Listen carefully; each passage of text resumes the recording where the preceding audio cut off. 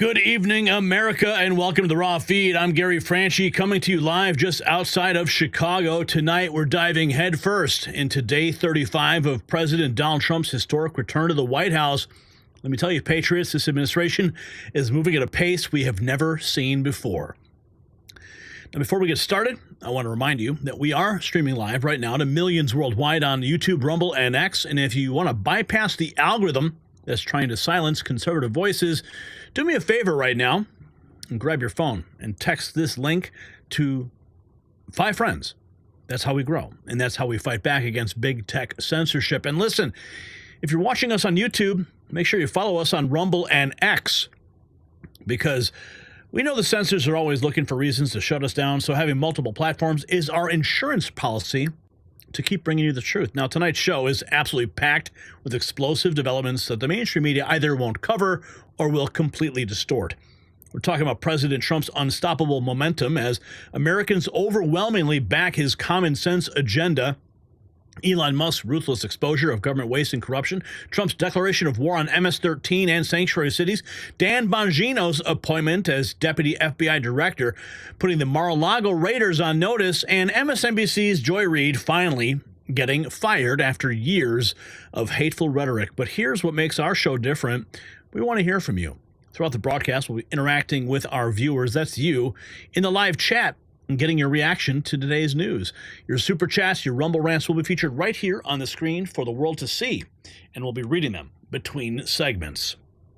And speaking of segments, we've got some incredible sponsors who make this show possible, but we also need your direct support in fighting this information war. The link to donate is in the description.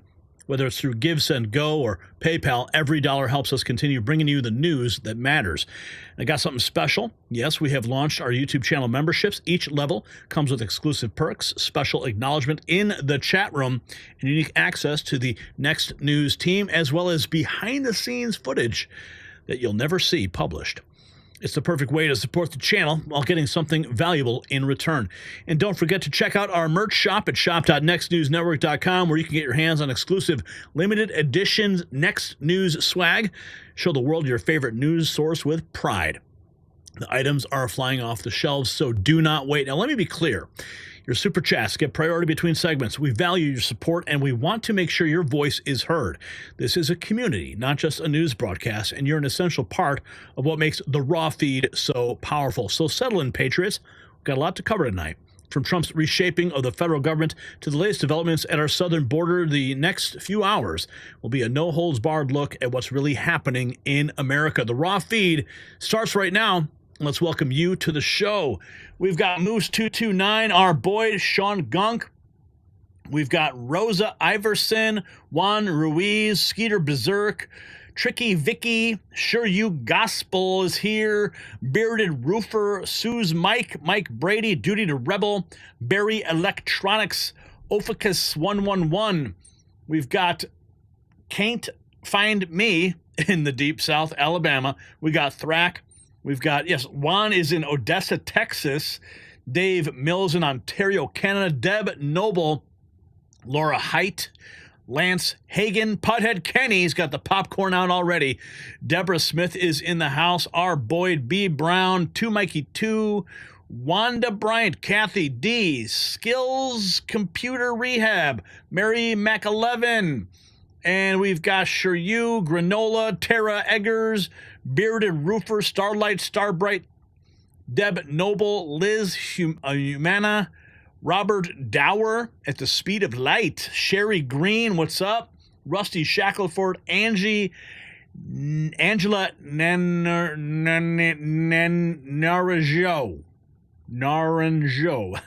Sains, Brand 47, Laura, our boy John Dale, Sean Gunk, Juan Ruiz already dropping $5. I'm still waiting for the Trump dance, he says. Do we have other super chats? I think I saw some others that already came through. Holy, what? What? You guys are on fire. What? I can't even keep up with this. Ruby just gifted a Next News membership, and Bella was the receiver. Juan dropping $5, waiting for the Trump dance, and Angela just gifted 20 memberships? Holy cow. Kathy and Bertie and Bearded and Rob, Twin Turbo, Cynthia, Tara, Shanna, Skeeter, Gigi, Kristen Knight, Raven, Rebel, Rachel, T-Jaws, Daisy, Trending, Cheyenne, Bella. Holy cow. What? Another? Oh my goodness. What is going on? Angela is on fire already. What? She just gifted 40 memberships. Oh, Angela, thank you. My goodness. I don't even know how to look. I mean, Kimberly, Robolink, Lewis, Brockman, TJ, Daniel Sharp, Lisa, Marcia, Gerald, Non-Precision, John, Night Owl, Not a Legend, Just Saying, Yuck, Futube, Saucy, Pam, Babs, Kara, Jimmy, Juan. What are you guys doing tonight? Juan just dropped another 20. Holy cow, you guys are crazy. Juan just dropped 20 memberships. Oh my goodness. Ruby dropping another 1 membership. I can't even get through all these. I mean, wow. We have 62 members already? Wow, you guys are crazy. Holy cow. 62 new members, and we haven't even started the show yet. Okay. All right, I'm going to try to contain myself because this is really exciting. But we do have some big news we have to get to tonight.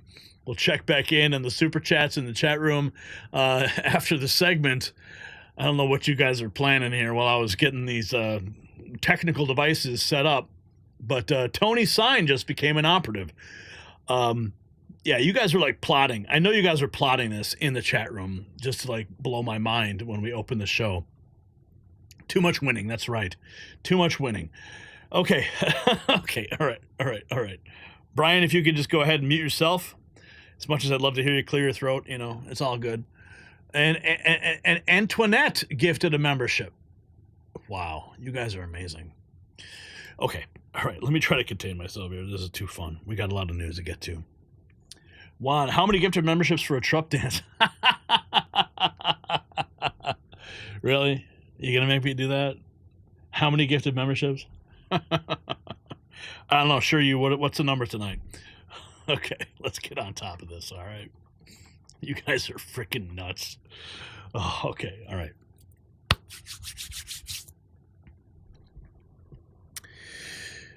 Trump's approval ratings are soaring as America rallies behind his common sense approach to governing. The new Harvard Caps Harris poll shows Americans overwhelmingly support President Trump's agenda across every issue, with numbers that have Democrats panicking. And just today, Tim Cook announced Apple will invest $500 billion into the United States over 4 years, creating 20,000 American jobs. Meanwhile, Trump's meeting with the French President Macron demonstrated his diplomatic strength as he finalizes a Ukraine peace agreement that Biden couldn't deliver in 4 years. And Eye Patch McCain getting caught on a hot mic. Wait till you see what happened. And Tucker Carlson's response. And as Trump reshapes the global landscape, BRICS nations are accelerating de-dollarization. China is secretly stockpiling gold while underreporting their purchases because they recognize gold's enduring value. Smart Americans are following suit. That's why I trust Noble Gold Investments to secure my financial future. With economic shifts looming under Trump's leadership, having physical gold in your portfolio isn't just smart, it's essential. Visit nextnewsgold.com. It's linked down below to protect your retirement with a gold IRA. Qualified accounts receive 10, that's right, 10 1-ounce silver American Eagle coins for free. That's nextnewsgold.com, because in Trump's new world, those holding real assets win. That's the number on the screen, 877-646-5347. Give him a call. Tell him that Gary sent you. Okay, this just in as we were going to the studio, Dan Crenshaw caught on a hot mic saying he would, well, you listen. Have you ever met Tucker? We've talked a lot. If I ever meet him, I'll probably kill him. He's the worst person. Have you ever met Tucker? And Tucker Carlson now responding, why don't you come sit for an interview and we'll see how you do. I'll send you my address. Does Dan Crenshaw have what it takes to sit down with Tucker Carlson? I mean, the fact that he was caught saying this. Have you ever met Tucker? We've talked a lot on Twitter. If I ever meet him, I'll finally tell him. Wow. He's the worst person. What a moron, right in front of the cameras. I mean, I guess we should give him the benefit of the doubt. He only has half of his vision, so he probably didn't see all the cameras pointing at him. And now we've got some big breaking news. This just in, the Trump White House smacking down fake news. The White House just confirmed its victory over the Associated Press, declaring that access to the president is a privilege, not a right. The fake news is melting down.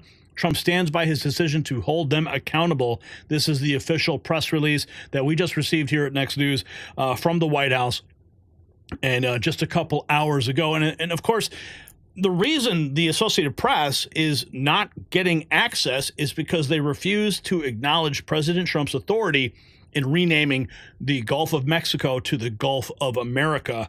So, well, I guess that's what happens when you don't follow the law. And then we have this. This was about 48 hours ago, talking about American jobs who've been stolen. Listen. Americans.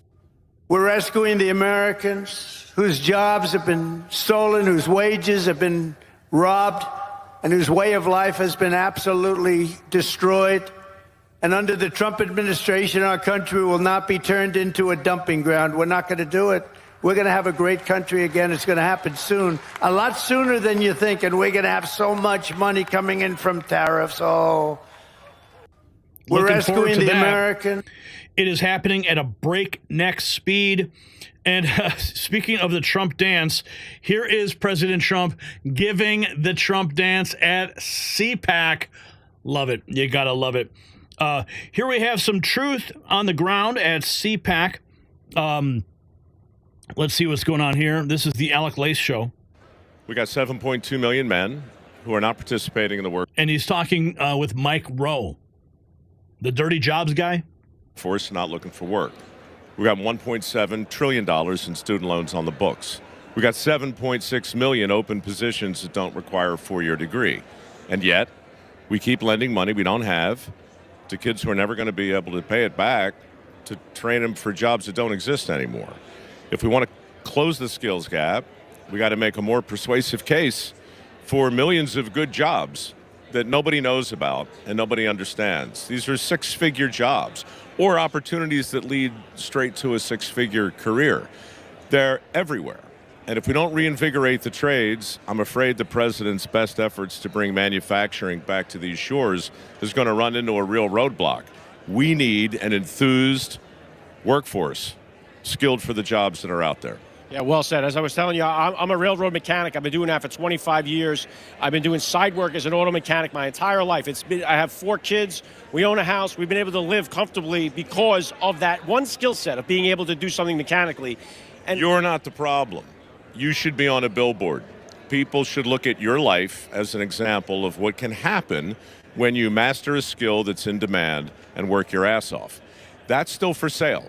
It's still important. And we have to get in front of that message, and we have to reinvigorate the trades in a way that makes this generation of kids look at careers like the ones you had and go, yeah, damn Skippy, I'd do that.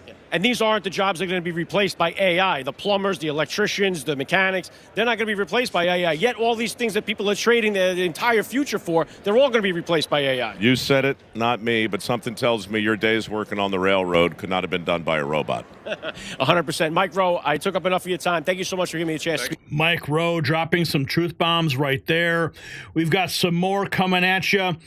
Rapid Response 47 dropping this. The pardon czar Alice Johnson plans to fulfill the trust that the president has placed. What does it mean for you now to be the pardon czar? What do you plan to do with that power? Well, I plan to fulfill the trust that the president has placed in me. He's given me specific marching orders. And actually, Dana, from the time I've been working on this nonstop since my release, this is really a continuation of the work that I've already been doing. I've brought many pardon cases before the president in the past. And one thing I can say about President Trump, he was very interested in their families. He wanted to know if they have a solid reentry program in place. I wanted to make sure that I brought him the best candidates, because what is happening in this nation is really sending a message to the world that we care about the least of his people.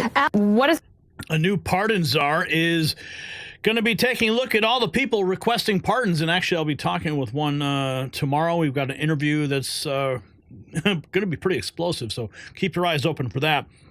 Here we have this. A New Yorker is glad Trump is our president. Let's check this out.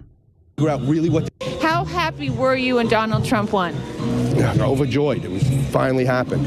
You know, I mean, I'm kind of glad they stole the last one, because that's basically what happened, because it gave him 4 years to figure out really what the deal is and to sit back and now how to go down there and punch everybody in the goddamn face. That's basically what's going on, because he picked the right people. He's like, I'm getting everybody's going to be a goddamn pit bull, and we're going to go down there and we're going to level this thing, and we're going to get rid of all this bureaucracy, and we're going to strike fear into the hearts of not just people here in America, but the rest of the world, right? It's like every day it's like a win. You know what I mean? It's not one, it's the whole overall effect in every multiple direction he can. And what he's proven is, because politicians in Washington, they made everything seem like nothing can get done. Nothing can get done. And he's proven, yeah, it can.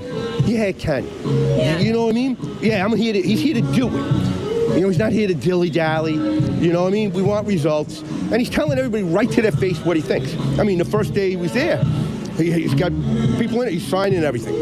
And the White House press is in the Oval Office, holding interviews, answering questions left, right, and center on multiple subjects, which the last guy couldn't do, wouldn't do without a teleprompter.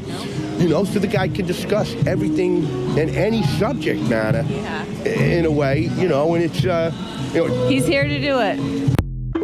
He's here to do it, and we are here to give you the truth. That New Yorker dropping some serious truth bombs. Here we have this from Senator Marsha Blackburn. 24 hours ago, the American people are behind President Trump's common sense efforts to protect girls in sports. Listen to this.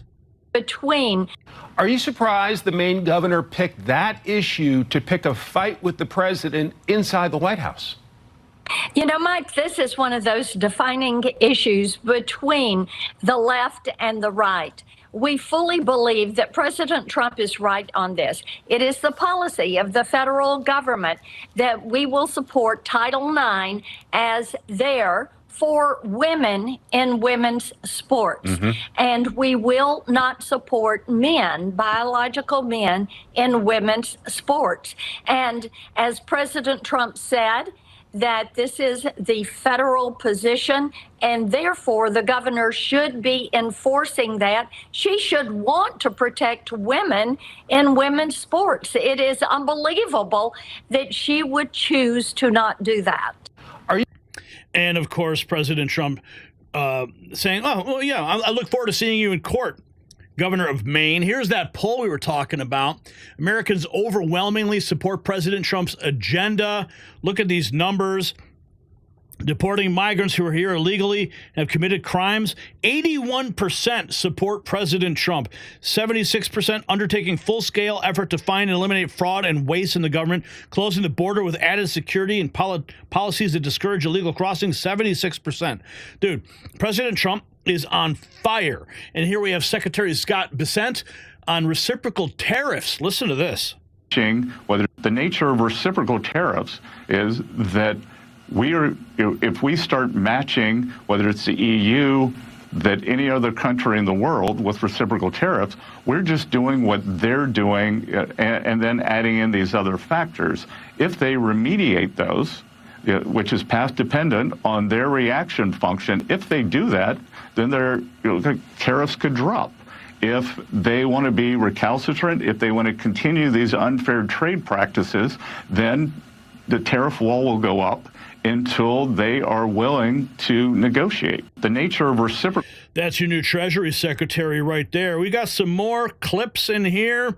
Time to go back to the basics. 24 hours ago, here is your new EPA chief, Lee Zeldin. We should be agencies should not be coming up with their own interpretations of what law is. We should be following our obligations under the law. We should be respecting the rule of law. We should be advancing cooperative federalism. It's time to go back to the basics to ensure we are delivering clean air, land, and water, but we're also unleashing energy dominance in this country, and we're powering the great American comeback. That's the priority at the EPA under President Trump. Time to unleash American energy dominance. And speaking of which, here's the Chevron president of exploration, Bruce Niemeyer, talking about the Gulf of America. See, I think he's getting it right. Energy emergency company. Bruce Niemeyer is Chevron's president of exploration and production for the Americas. How important is the Gulf to you? We've been in the... Of course, the reporter doesn't say Gulf of America or Gulf of Mexico, the Gulf. The Gulf of America for 85 years. We're continuing to invest today. We are increasing production 50% between last year and what we will see next year. That's a huge number. It is a big number. It reflects the potential and the opportunity that is there. It is there for our company and, by extension, there for the industry and for the nation. That potential and opportunity, something President Trump plans to tap. He says he wants the U.S. to be energy dominant. Energy dominant is where we are headed. Here we have more 12 hours ago. Investments in the United States under President Trump, $14.1 billion bid from Nippon Steel, $20 billion from Hussein Sajwani, $500 billion over four years from Apple, $500 billion over 4 years from Stargate, $600 billion from Saudi Arabia. The money is pouring in right now. Here we have more from the Treasury Secretary on interest rates. Since President Trump took, I would just point out, interest rates are down 5 weeks in a row on the 10-year since President Trump took office. And mortgage rates are down. We're going to get that down. I would just point out, mortgage rates, interest rates. Here's President Trump inviting America's governors. But we have a room called the Lincoln Bedroom. I think it's maybe, to me, the most important room in the whole country, the most important bedroom, definitely, and it's incredible just the way he left it. And he was Abraham Lincoln, after all. And we have it upstairs. And right after we're finished with the meal, I'm going to take whatever group wants to go up. We can handle quite a few. We walk up the stairway, the big, beautiful, grand stairway, and at the top of that stairway is the Lincoln Bedroom and the treaty room where we signed virtually every land acquisition. And we are looking at a few of them, by the way, just in case you're not. We're looking at a few. I won't name them tonight, but I think we know what we're talking about, maybe more than we even think. But we'll meet here right after the end of the meal, and we'll walk up together, and you'll see something that actually is really amazing and real history. But we have a room called the Lincoln Bedroom. In the making, President Trump inviting the governors up to see it. And here we have more from DOD rapid response from Secretary of Defense. That's even some backlash to those who are worried about their removal. One Georgetown law professor says this: Trump also firing the Army, Navy, and Air Force JAGs. In some ways, that's even more chilling than firing the 4 stars. It's what you do when you're planning to break the law. You get rid of any lawyers who might try to slow you down. Your response to her? I don't know who Rosa is and what her hyperbole is all about. Ultimately, we want lawyers who give sound constitutional advice and don't exist to attempt to be roadblocks to anything that happens in their spots. What we know about these TJAGs, they're called TJAGs inside the military. Traditionally, they've been elected by each other or chosen by each other, which is exactly how it works often with the chairman as well. Small group of insulated officers who perpetuate the status quo. Well, guess what? Status quo hasn't worked very well at the Pentagon. It's time for fresh blood. So we're going to... It's time for fresh blood. Here we have more. This is from Rapid Response 47 Special Envoy Steve Witkoff on President Trump's plan to secure peace and stability in Gaza. This was on CBS News Face the Nation. And what has not worked, President Trump is one of the most sensible human beings you're ever going to meet. He is, he understands that it makes no sense to endorse old policy prescriptions that have not worked. And what has not worked in Gaza are all of these old policy prescriptions. So he's come up with a new notion. And the new notion is, let's create a better opportunity for people who have lived in Gaza to have a better life for themselves, better upside, better aspirations for what can happen for their children and so forth. The May 27th protocol talked about Gaza as if it was a 5-year reconstruction plan. We've been talking in the Trump administration about a 15-year horizon, perhaps even 20 years. And now all of a sudden the Wall Street Journal printed an article yesterday agreeing with that math. There is a level setting the facts suggests that nobody can really live there in a safe environment for probably at least 15 years. So effectively, people have been under this misassumption. When you're under a misassumption about facts, you're not going to make decisions correctly. We're making decisions based on a real set of facts. And so there's a lot of work that has to be done there. There's tons of demolition. There's artillery shells all over the place that could explode at any moment. This is a much longer project, and people don't belong living there right now. President Trump. It's a war zone. Here we have President Trump again at the National Governors Association dinner. Man, he looks great there. Look at him. Maybe together.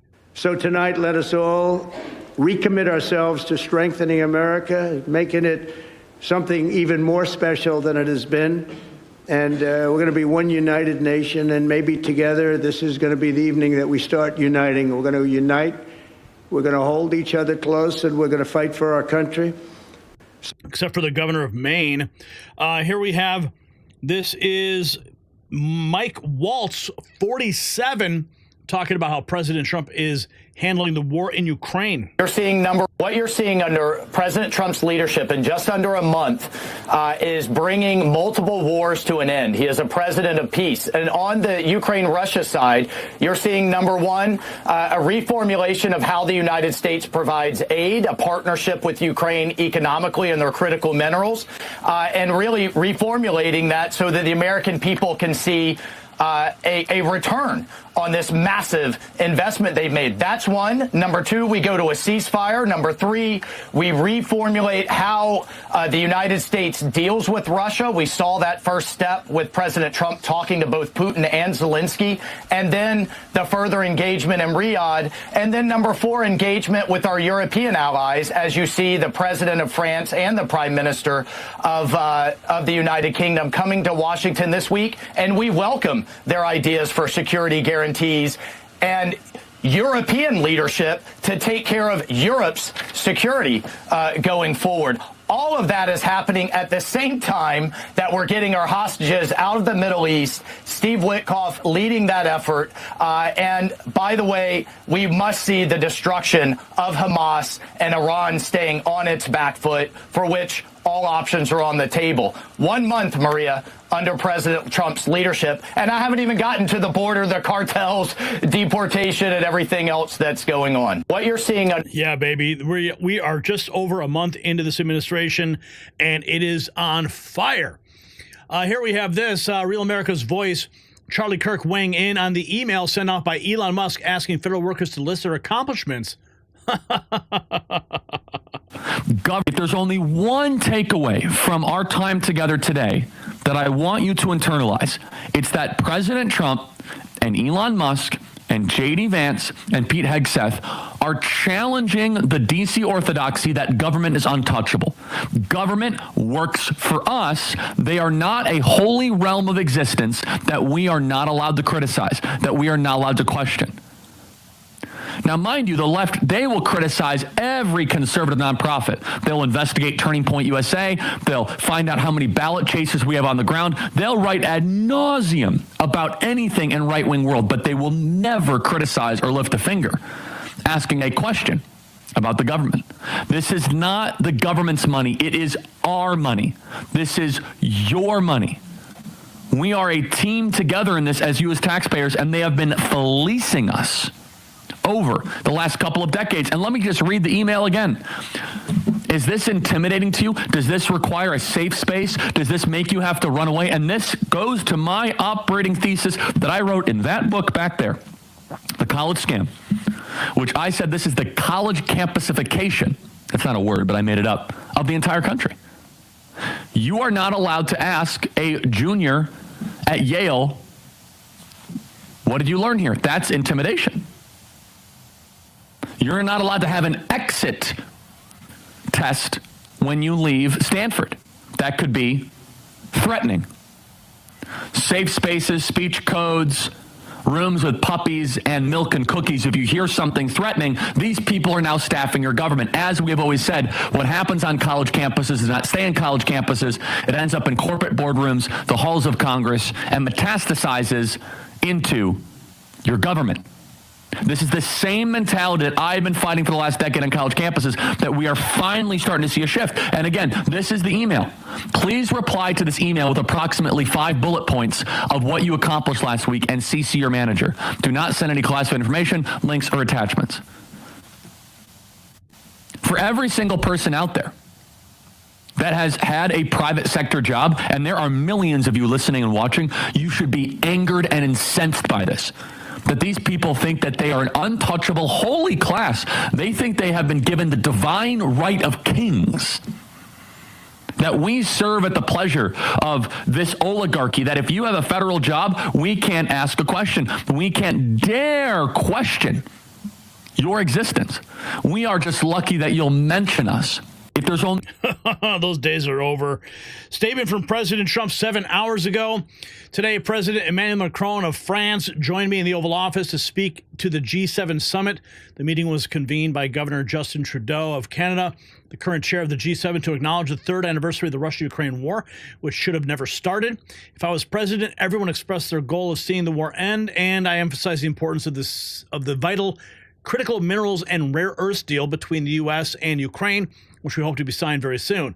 This deal, which is an economic partnership, will ensure the American people recoup the tens of billions of dollars and military equipment sent to Ukraine, while also helping Ukraine's economy grow as this brutal and savage war comes to an end. At the same time, I'm in a serious discussion with President Putin of Russia concerning the end of the war and also major economic development transactions, which will take place between the U.S. and Russia. Talks are proceeding very well. Historic investment occurring with President Trump and Putin. And of course, the left is going to melt down over that. Oh my God, Russia, Russia, Russia. No, we need to have trade and communication with our nations across the world, not conflict and strife. That is how you make everyone better. Here we have, this is the Maine state representative, Laurel Libby, talking about President Trump on the issue with the executive order. Listen. But hopefully Governor Mills is going to give. That's the answer in the end. President Trump is right on with issuing this executive order that the vast majority of Americans and Mainers agree with. They don't want to see boys in girls' sports. And so we have a lot at risk here in our state. $250 million in federal funding. Governor Mills has got to let go of this extreme policy. When can the money be turned off? When does that start? Well, that's a great question, and I'm sure that's one that, Governor Mills intends to take to the courts. But hopefully it doesn't get turned off at all. This policy needs to be reversed so that Maine girls have a fair and level playing field, and we have the $250 million that we need for Maine students. Well, hopefully. Okay, we are not done yet. We've got some more to dig into. Don't go anywhere. Here is Drew Greenblatt, the CEO of Baltimore-based Marlin Steel, supporting President Trump's tariffs on steel and aluminum. Again, we're in favor of the tariffs because we make everything in America. Our factories are in Baltimore, Indiana, and Michigan. We use American steel, American workers, and we're leaning in on American manufacturing. We're excited about American manufacturing in the future. You know, we have an amazing safety record. We've gone 2,200 days without a safety incident in our Indiana plant, 1,100 days in our Maryland plant. We really take great care of our employees, and we're competing with countries like China, where they don't have the same kind of focus on their employees. And, you know, we're competing with countries that despoil their environment and they're debasing their currency. It's challenging for the American factory worker to compete with that. So then, Drew, it sounds like you're saying you support these tariffs from a competition standpoint so that the imports are more expensive. And I'm inferring that means that your products can continue to be sold at the same price without increasing the cost to other businesses or customers. Is that accurate? Are you committing to keeping your prices as they are now? Right. We need a level playing field. That's all we're asking for. The American worker can compete with any worker in the world. We're very creative. We're very imaginative. We have wonderful ideas on how to improve companies' throughput. You know, we make wire baskets here. We make wire racks here in Baltimore. We make sheet metal fabrications, and we export to 45 countries throughout the world. So he's on board because the tariffs are going to help businesses all across America. American steel is back. We've got some more. Let's keep digging deeper into what we have in our hopper tonight. Let's check in with our, this is the announcement by Apple. Apple plans to hire 20,000 American workers. Check this out. Company and $1 trillion. That's the largest ever U.S. spending plan for the world's biggest company, and it comes with thousands of new jobs across multiple states. Now, as you mentioned, we knew this was coming as President Trump teased it on Friday, and then Apple CEO Tim Cook was at the White House on Thursday. Apple is spending 50% more this year in 2025 than it did during the first Trump term. So $500 billion over 4 years this time. 4 years, not 5 years like they usually do. 20,000 new jobs, a new AI server factory in Houston, Texas. And that's significant for Apple, who tends to farm out their AI server needs to third-party providers like AWS. Also, you got a new Detroit Academy, doubling their research and development fund. Now, Apple CEO Tim Cook says we're bullish on the future of American innovation, and we're proud to build on our long-standing U.S. investments. That's great news. We got Senator Tom Tillis reacting. This is great win for North Carolina. Apple's decision to expand its data center capacity in North Carolina will help create new jobs for North Carolinians. Thank you, Tim Cook and POTUS. Tim Cook, 11 hours ago. As a proud American company, we are thrilled to continue to make significant investments in the U.S. Today, we're announcing $500 billion commitment to support American jobs. Let's continue. We've got more. This is on the Macron front. This was from our exclusive access that we have now at the White House. Moments ago in the Oval Office, Trump dropped a geopolitical bombshell that will shake Washington to its core. Macron just admitted 1 million dead in Ukraine, and Trump is about to end the war. Biden's failures are fully exposed. Now, this is what we have just learned. We have Macron confirming Ukraine's war claimed 1 million lives since it began. Biden's handlers lied to America, telling us this war was worth it. Now Trump is putting peace on the table, and even Macron is falling in line. Trump announced he'll meet with Zelensky to sign a historic minerals deal that locks in American economic dominance. The best part, Europe will pay the bill. Biden wasted $350 billion on this war and got nothing in return. Macron admitting Trump's deterrence strategy is working. The U.S. strength of its re-engagement is that there is uncertainty for Putin. Translation, Putin fears Trump. He didn't fear Biden because Biden was weak, confused, and totally compromised. Trump is exposing the Ukraine spending scam. America wasted $350 billion while Europe only spent $100 billion. And now, thanks to Trump's deal, they're on the hook. Biden bled us dry. Trump is flipping the script and making America win again. He also revealed once the peace deal is signed, Russia will go back to business. Ukraine will rebuild. Europe will handle security. No more U.S. troops. No more endless cash giveaways. Biden got nothing. Trump is delivering everything. everything. Fake news tried to push a lie about U.S. shutting down military bases in Greece to appease Turkey and Russia. Trump was asked directly. His response, it's a no. Another media hoax debunked in real time by a president who leads with strength. Trump destroyed Biden's legacy in one sentence. If I didn't become president, Ukraine would still be at war, and that's exactly right. Biden enabled this war, profited from it, and used it to launder billions. Trump is shutting it down. Macron confirming Europe will guarantee security after Trump's peace deal is signed. So let me ask again, why did Biden send U.S. troops, spend $350 billion and act like Ukraine was a lost cause? Trump is proving every Biden talking point was a lie. And Trump also issuing a warning. This could lead to World War III if it's not stopped, and he's right. Biden's weakness nearly dragged us into nuclear war. The deep state wanted this war to never end, but Trump is forcing them to back down. Europe now admitting it will deploy troops in Ukraine, but only to enforce Trump's peace deal. Funny how they suddenly step up when a real leader's in charge. The moment Trump takes control, America leads and Europe follows. Macron confirms that $300 billion in frozen Russian assets will be used in Trump's peace deal. Translation, Trump is forcing Russia to pay for the war. Meanwhile, Biden just burned your tax dollars and left Ukraine in ruins. And Trump made sure Ukraine gets compensated first from the seized Russian assets. Macron admits it. Ukraine should be compensated first because they lost citizens. Imagine that. Trump gets Ukraine paid, and Biden just got America ripped off. Trump exposed the massive deep state fraud. We found hundreds of billions of dollars in waste of fraud so far. Then he dropped a bombshell. We're actually going to Fort Knox to see if the gold is there. What does Trump know? That's the question. Also this, breaking, Putin will accept European troops as peacekeepers. You heard that right. Trump just got Putin to agree. No U.S. boots on the ground, no endless war. The war machine is spiraling and Trump is making history. Trump is flipping global trade on its head. When asked about EU tariffs, he laid it out. If they charge us 20%, we charge them 20%. That's called fair trade, something Biden never even tried to do. And Macron admits Trump's peace deal will be enforced with deterrence, something Biden never had. The uncertainty for Putin is deterrence capacity. Translation, Trump's strength keeps the world stable. Biden's weakness nearly burned it down. Trump also secured a rare earth minerals deal that ensures American energy dominance. Biden's Green New scam set us begging to China. Trump fixed it overnight. And the deep state's worst nightmare is unfolding live.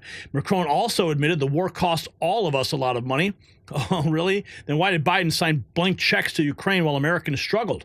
We know why. The war machine had its hands in the cookie jar. Trump is shutting it all down. And Trump confirmed what the media won't report. There was a great unity in that room today after the G7 call. Funny how unity follows leadership. Compare that to Biden stammering through cue cards like a puppet. And Trump shared a hilarious story about Macron speaking only French at the Eiffel Tower. Yes, I was just nodding. Yes, yes, yes. Classic Trump. Meanwhile, Biden couldn't even make it up the stairs, so who was really in charge? White House reporters were stunned by Trump's total control of the room. Compare that to Biden needing handlers to guide him off stage. The world sees the difference, and that's why Trump is making history and Biden is fading. Macron also admitted Europe was working with Britain on security guarantees during Biden's presidency with no U.S. leadership. Now with Trump back in charge, America is leading again. The world sees the difference, and Europe is finally stepping up. And the globalist worst nightmare just became a reality. Trump is delivering peace, securing our money, forcing the world to follow America's lead again. The swamp is melting down. The war machine is panicking, and this is only the beginning. Trump is making history, restoring order and putting America first. This is the biggest foreign policy shift in decades. Follow us now for exclusive White House updates. We are an official White House credentialed news outlet, and our sources for this report were Sonia Dridi and Shreya Stein. We got that directly from the White House pool. Here we have more. This is from President Trump in the Oval Office. Could end it within weeks if we're smart. I think the war could end soon. Well, how soon? Within weeks. Weeks? Yeah, I think so. Right? Don't you think so? I'd like to have you. I think we could end it within weeks if we're smart. If we're not smart, it'll keep going, and we'll keep losing young, beautiful people that shouldn't be dying.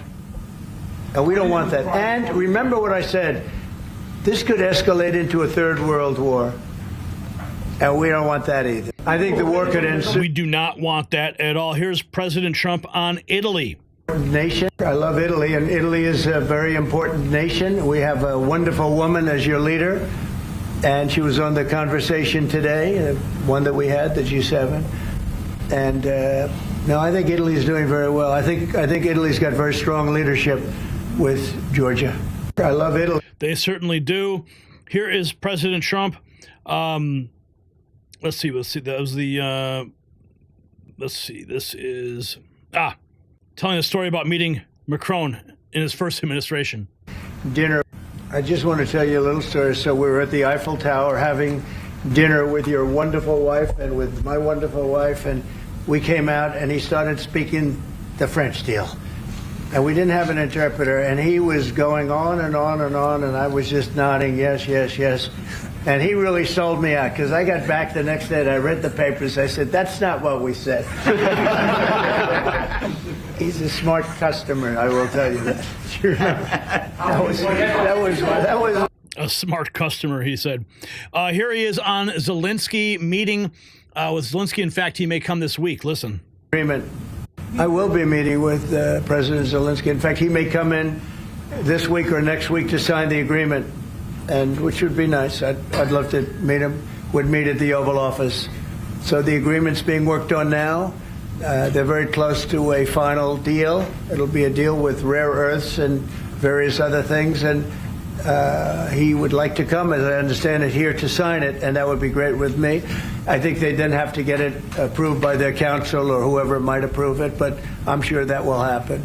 Wow, Zelensky coming to America to sign the agreement with President Trump. This is epic, folks.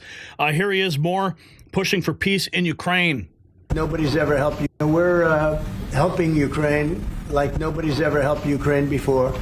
And I can say this, if I didn't become president, Ukraine would right now still be at a level where there would be no even thinking about a peace. And it was, it's a sad thing that this happened. This would have never happened, this war, if I were president. Zero chance. And it has happened. So my function is to get you out of the war, get them out of the war, let them live. It's a bloody war. It's a horrible war. Thousands of people are being killed a week. And I would say Russia, maybe 700,000 people. I think Ukraine, probably a similar number. And that's not talking about the towns and the cities that have been blown up. That's talking about soldiers. This has been a horrible, bloody mess.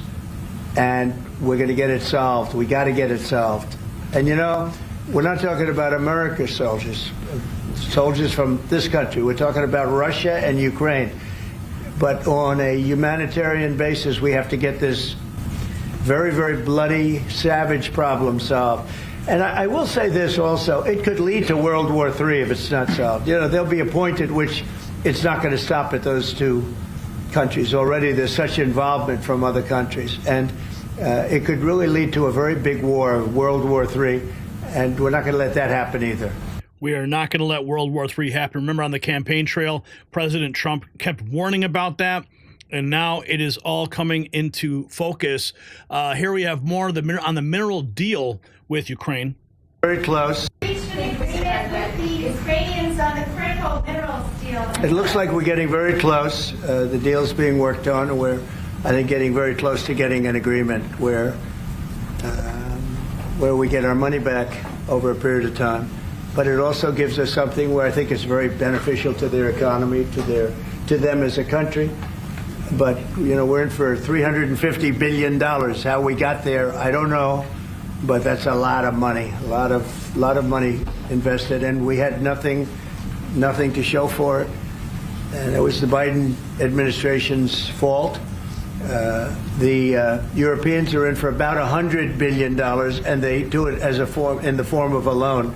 And the Europeans have been great on this issue. They understood it wasn't fair, and we were able to work something out. But with the Ukrainians, I think I can say that we're very close. Scott's around here someplace, and I think we can say that we're very, hi Scott, I think we're very close. Do you have something to say about that, Scott? We are very close.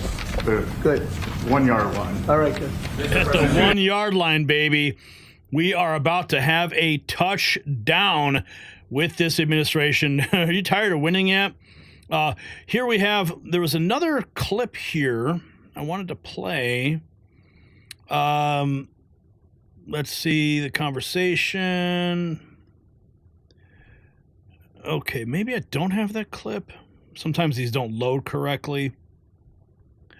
Okay, let's just jump out to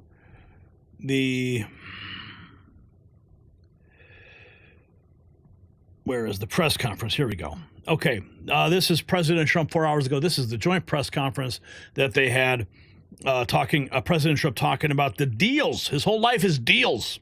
Came here. I mean, that's what I do. I do deals. My whole life is deals. That's all I know is deals. And I know when somebody wants to make it and when somebody doesn't. I will say this, before I came here, there was no communication with Russia whatsoever, and Russia wasn't answering calls. They were not talking to anybody. They wouldn't talk to anybody, and people sort of accepted that as being that they want to go forward and just keep going without stop. But when I got here, one of the first calls I made was to President Putin, and we were treated with great respect, and they want to end this war. So that's a big thing, because I didn't know if I could say that, but it's a big thing. They want to do it, and the group in the front row that I introduced, they're all very active in it, and we're working on deals right now, transactions right now, and in particular, the big one is to get the war stopped, whether it's ceasefire or direct to an agreement. I'd like to go directly to an agreement, but ceasefire will always happen a little bit quicker. And every day you're saving thousands, or at least hundreds, but thousands in some cases, lives. Thousands, hundreds of thousands of lives being saved. President Trump on the case. Here we have President Trump reacting to the Harvard-Harris poll. This is the clip I want to play. Showing Americans overwhelmingly support his agenda. You're accomplishing. The Harvard poll that came out had you up 9+ points, and all of your agenda that you ran on, you're accomplishing that. You got the support of the American people, including stopping the war in Ukraine. If you can comment on the latest Harvard poll, I'd appreciate that. Well, I was honored by it. It was a big poll, and it's usually a poll that leans on the other side of things, the other side of the world, so to speak. But the Harvard poll is a respected poll, and it has us not only leading, but leading by a lot, and leading on every single issue that we've talked about. And as I said, we've become the party of common sense. And I think that's a very important element now, common sense, because what's happening in the world and even in this country, some of the things that took place, many of them are now canceled, and the rest are being canceled as we speak. But we've moved very rapidly and I think very effectively. So I was honored by that poll. Thank you very much. Appreciate it. The Harvard-Harris poll showing President Trump leading on all fronts.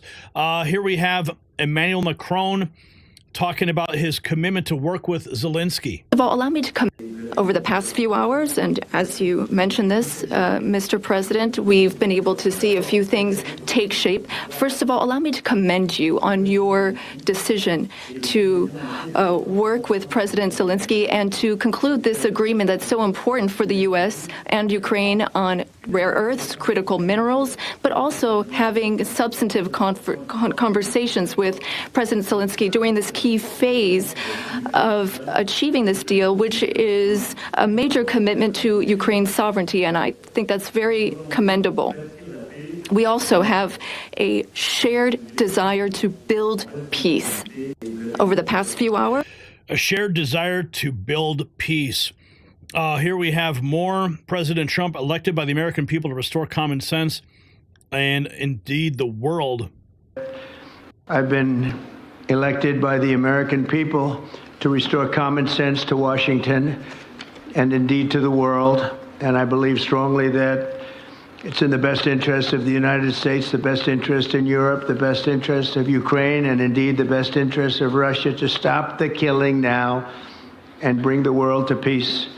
My administration is making a decisive break with the foreign policy failures of the past administration and, frankly, the past. I ran against a very foolish foreign policy establishment, and their recklessness has led to the death of many, many people. Under our administration, we're forging a new path that promotes peace around the world. Peace around the world. It's happening, folks. Here's President Trump's opening statement. France is America's oldest ally.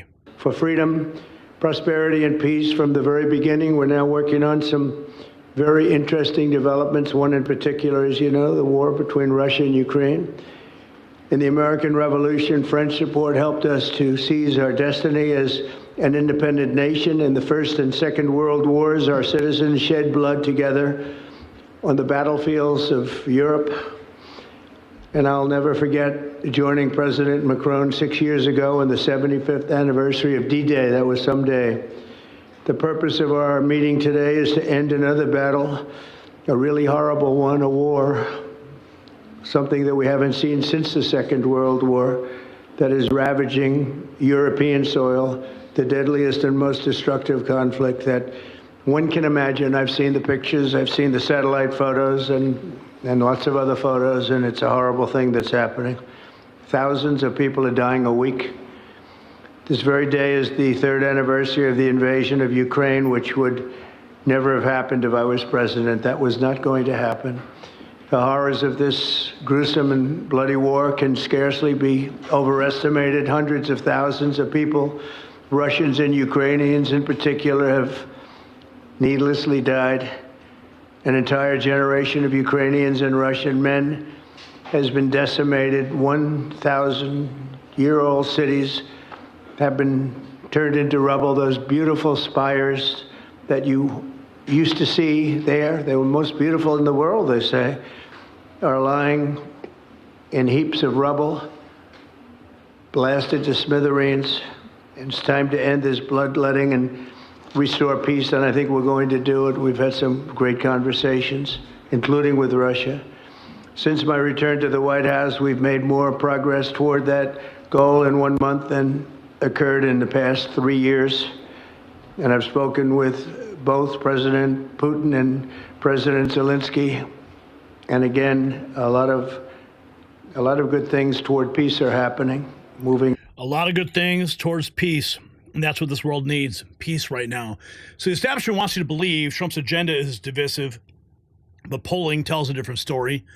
Americans across party lines are rallying behind his vision for a stronger, safer, more prosperous America, and even peace across the globe. Even Trump's critics admit he's delivering results at an unprecedented pace. From economic growth to foreign policy wins, the evidence is undeniable. Trump's common sense approach works. So why are mainstream media and Democrat leaders still fighting against policies that most Americans support? Is their hatred for Trump more important than their duty to represent the people? Share your thoughts on that in the comments below. And don't miss our exclusive MAG Avengers gear. It's linked. It's shop.nextnewsnetwork.com. Grab a hat, grab a shirt, and show the world you stand with real news. All right, folks, you guys are on fire tonight in the chat room. I'm watching it here. 70 new members. That's like, I think, a record. $58.29 in chat revenue. Checking in. Okay, let's see what we have here. We have $10. Whoa, $10 from Tom B. Thanks, Gary, for all you do. Remember, the N3 Army has a big foxhole dug around you and has your back 24/7. Let's go. Thank you, Tom B. And then we have DD dropping $4.99. Love NNN. Thank you, DD. And then we have DTO Sir Fox.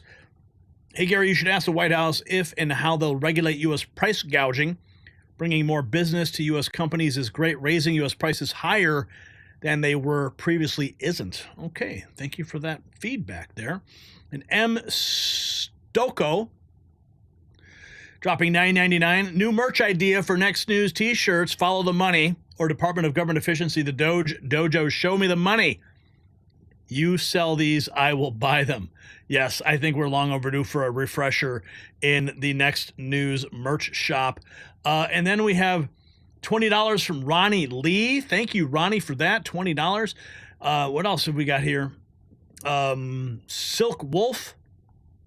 News from UK. Comrade Starmer canceling as many as 10 council elections due in May to be delayed for a year. They're terrified of Farage and reform. And then Juan Ruiz has, okay, how many gifted memberships for a Trump dance? That was an hour ago. I don't know. I'm trying to make sure. There's so many memberships in this list here. I want to make sure I read all of the super chats that have come through. But it looks like we just got another one that just came in. This is from Michael P. $10. Thank you, Gary. You are helping to save America. Thank you, Michael, and your contribution supports that mission. All right, we got some more news to get to. Oh, baby, baby. I love the DOGE. I love the DOGE. Let's get into the DOGE. Let's play the DOGE. Speaking of DOGE. All right, 1 second here. Let me get this started here. Okay.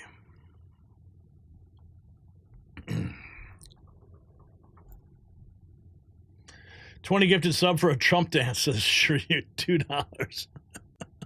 All right. This is what draining the swamp looks like, my friends. President Trump and Elon Musk have formed the most powerful alliance in modern political history, systematically dismantling decades of government waste. Just hours ago, 2,000 USAID employees were fired, with thousands more placed on leave. Musk, leading the Department of Government Efficiency, has uncovered the unthinkable. The federal government has been paying non-existent people and even dead individuals. Meanwhile, the Pentagon's in full panic mode as Trump orders a complete overhaul of the Defense Department, demanding accountability after decades of unchecked spending. And while Trump and Musk work to eliminate government corruption, I've been focused on eliminating something else: visible signs of aging. Government efficiency may be the new standard in Washington, but body efficiency has always been my personal standard. A groundbreaking 2024 study showed that collagen supplementation can dramatically reduce wrinkles and improve skin firmness. As Musk exposes wasteful spending on phantom employees, I've discovered this multi-collagen formula featuring 5 essential types sourced from 4 different places. It's the DOGE of anti-aging solutions. Visit healthwithgary.com and get 51% off during their special promotion. You'll find it linked down below. Okay, President Trump meeting with Emmanuel Macron today, and he was asked about rooting out government waste, fraud, and abuse. Here is his response. Whoever it may be, the radical left or whoever it may be, starts screaming about the Constitution, but it has nothing to do with the Constitution. It has to do with fairness to this country. It has to do with being ripped off. And when you read the things that all of these billions, and I mean many billions, hundreds of billions of dollars have been spent on, that's all you have to do is stand up here and read them. I could stand up all day and read the kind of things where we're spending all of this money.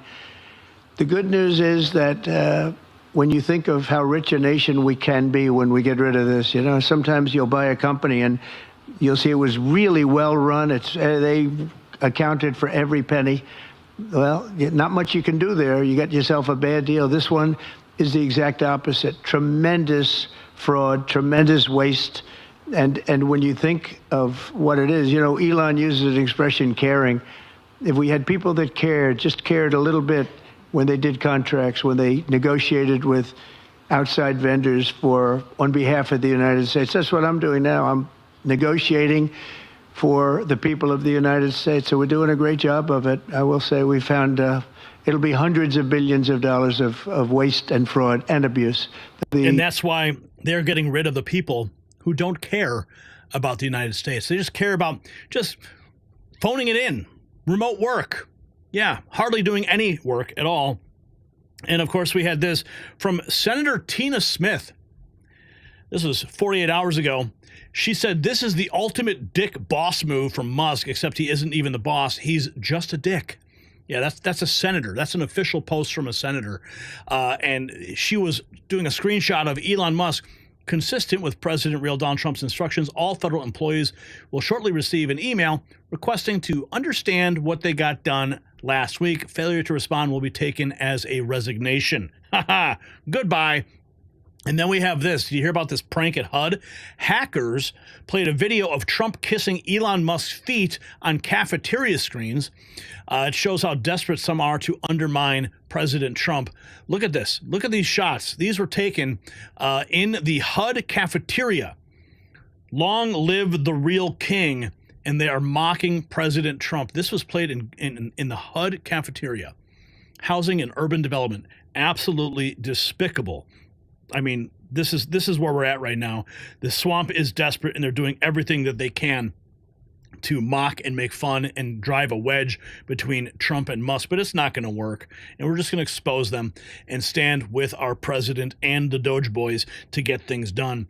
Here's President Trump 7 hours ago, says only agencies that handle very confidential matters have instructed their employees not to respond to the DOGE email. And most other companies will be expected to comply. Listen to this.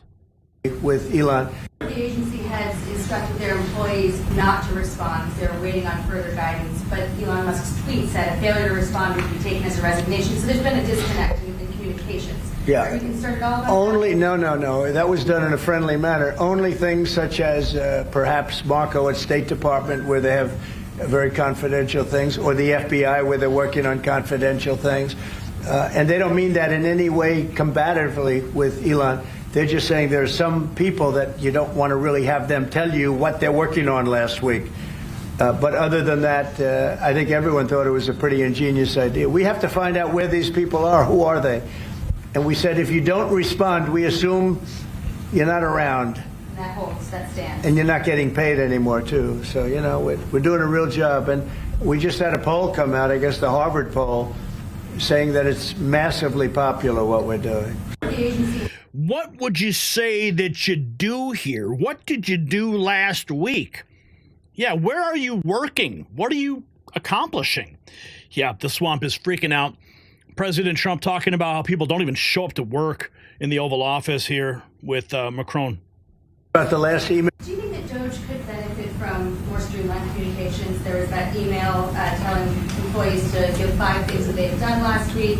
Agency has then told people to ignore it. You're talking about the last email that was sent where he wanted to know what you did this week. You know why he wanted that, by the way? I thought it was great. Because we have people that don't show up to work and nobody even knows if they work for the government. So by asking the question, tell us what you did this week, what he's doing is saying, are you actually working? And then if you don't answer, like you're sort of semi-fired or you're fired, because a lot of people are not answering because they don't even exist. They're trying to find, that's how badly various parts of our government were run by, and especially by this last group. So what they're doing is they're trying to find out who's working for the government. Are we paying other people that aren't working? And, you know, where is all this? Where's the money gone? We have found hundreds of billions of dollars of fraud so far, and we've just started. We're actually going to Fort Knox to see if the gold is there, because maybe somebody stole the gold, tons of gold. So I think it was actually, there was a lot of genius in sending it. We're trying to find out if people are working. And so we're sending a letter to people. Please tell us what you did last week. If people don't respond, it's very possible that there is no such person or they're not working. Yep, that's one way to do it. We have more here. Here's the moment. Here's the moment. All those DOGE employees, I'm sorry, not DOGE, but USAID employees were walking out, doing the perp walk because they were getting fired.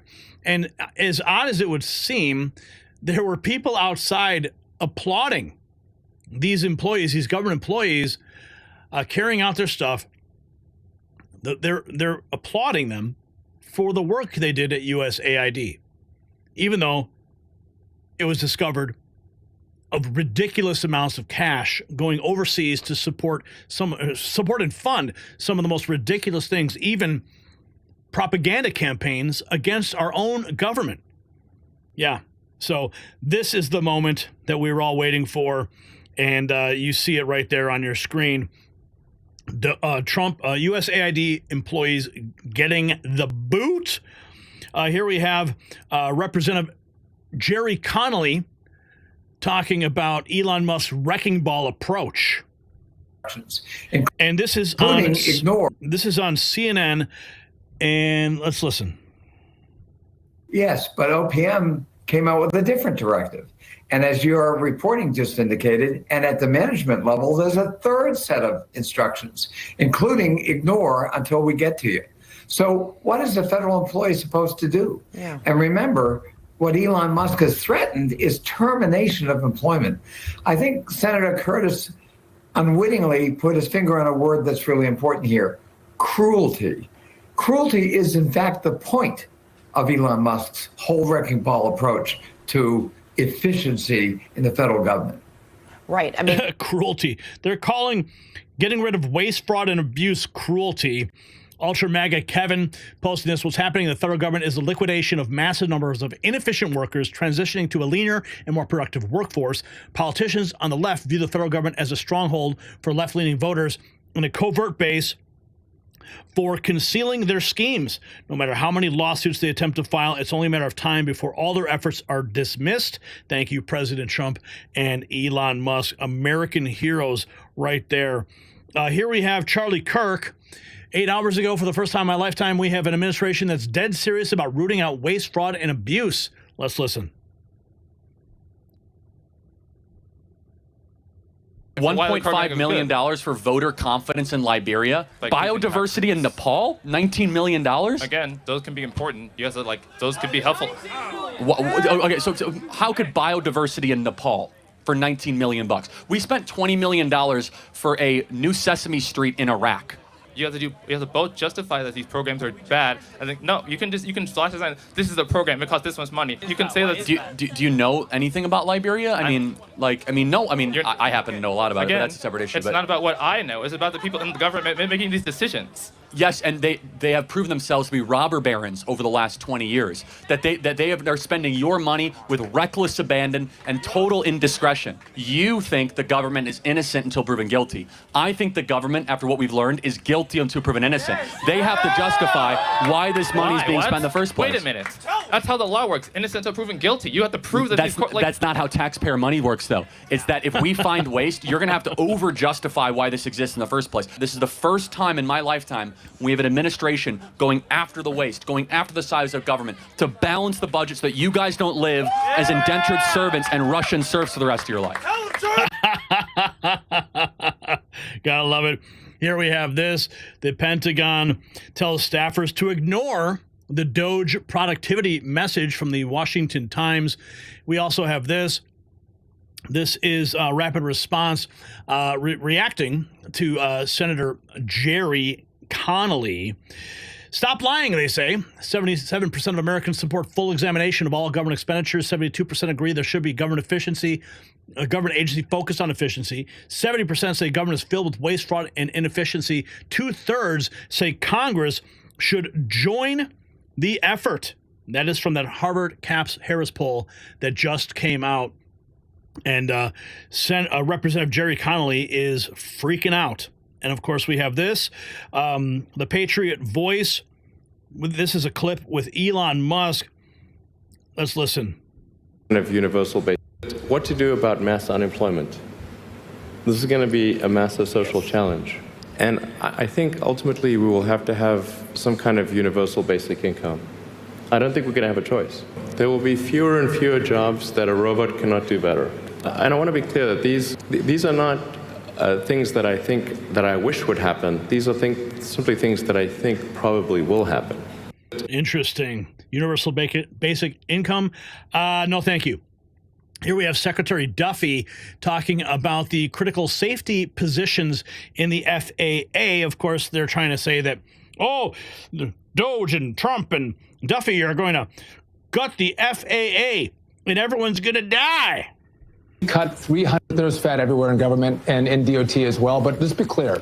At FAA, we cut 352 people out of 46,000 people. That's 0.8% of the workforce. These were probationary workers. They were employed for less than a year at DOT. So these weren't the old school, really ingrained employees of the DOT. And not only that, we kept all the critical safety positions. And we actually hired more positions into critical safety, like air traffic controllers. We hired more inspectors for things like pipelines and for aircraft. So again, we have a safety mission. But for people to say that because we cut 352 people out of 46,000, that's a risk to safety, give me a break. I mean, that's just plain politics as opposed to saying, let's cut the fat. All right.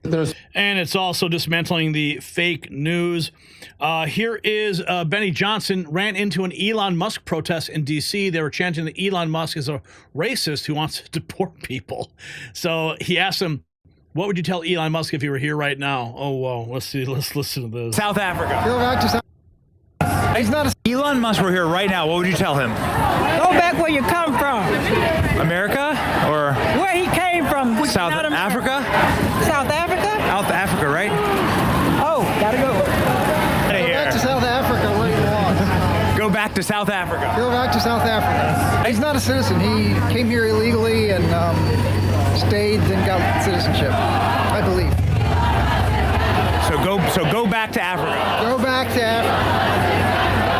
What would you tell him? He's an unelected, greedy, selfish bastard, and please go away. Nobody elected him. Nobody voted for him. We don't want him. He's a racist and he's a Nazi. This is not what America is about. That's what I think.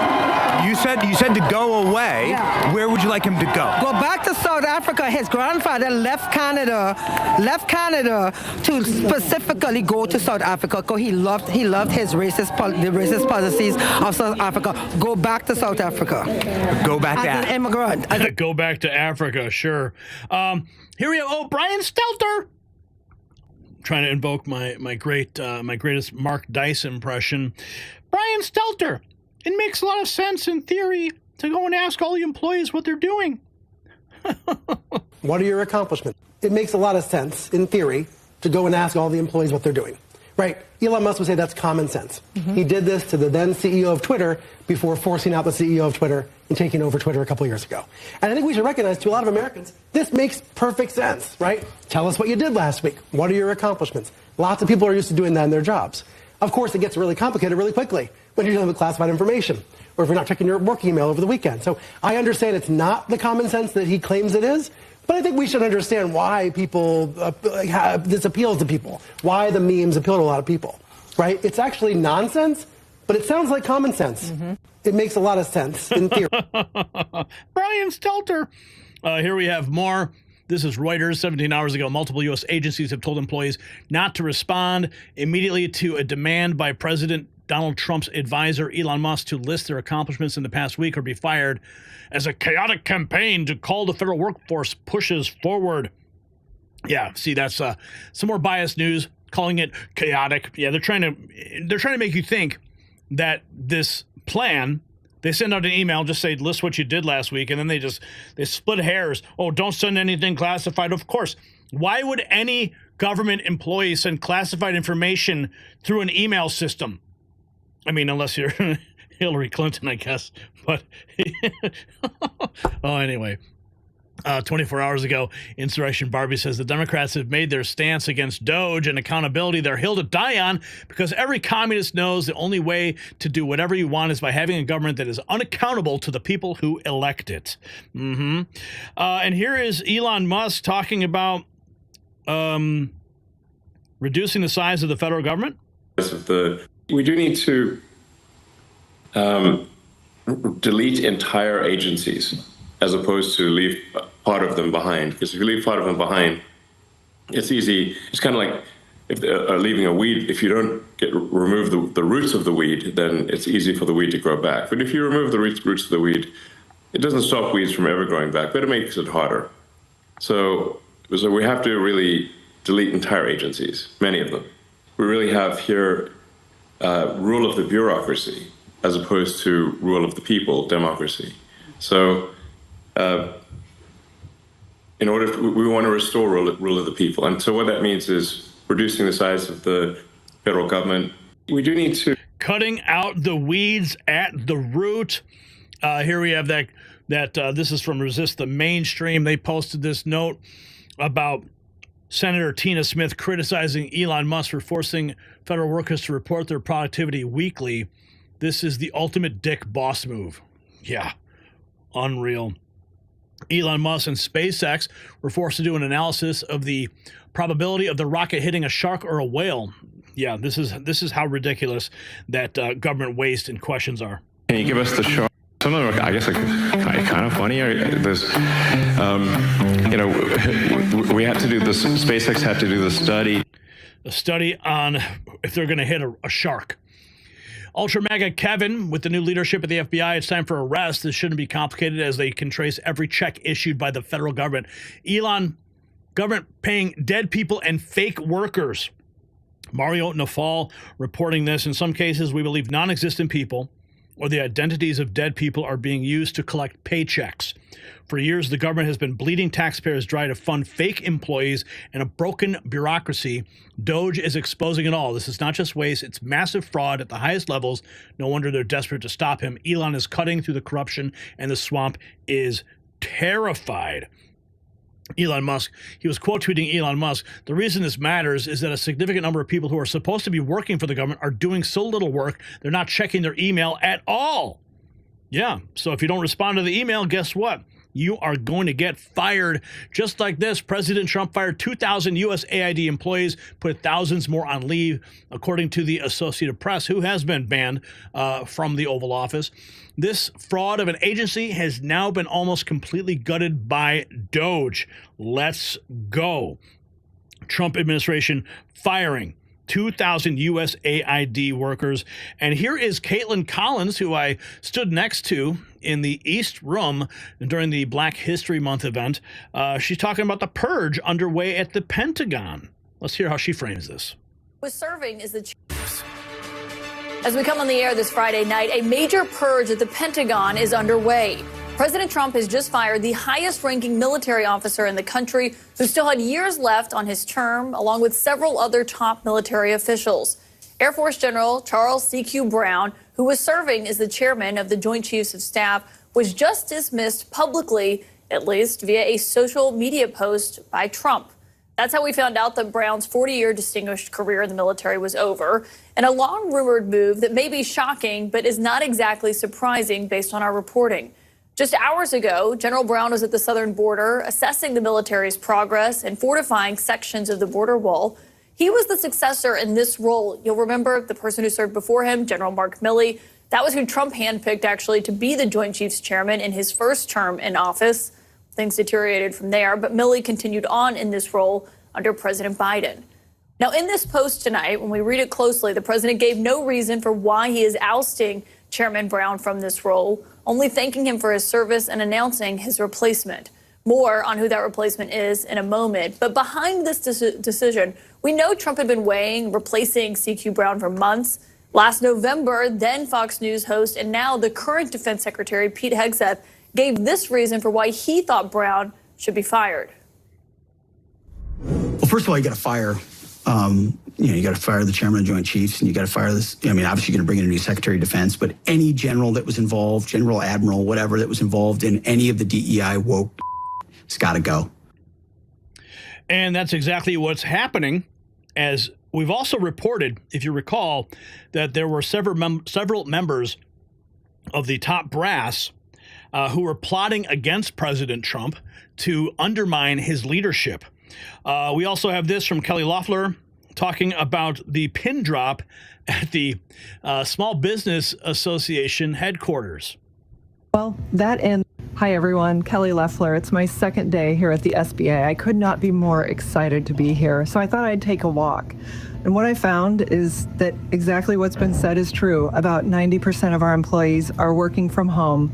Well, that ends Monday with President Trump's order to return to work. It's a tremendous waste of taxpayer dollars to be paying for people and offices that are not showing up for work. So what we're going to do Monday morning, be back in the office, just like our small businesses that we serve every single day, that work for us 7 days a week. We're going to be here working for them.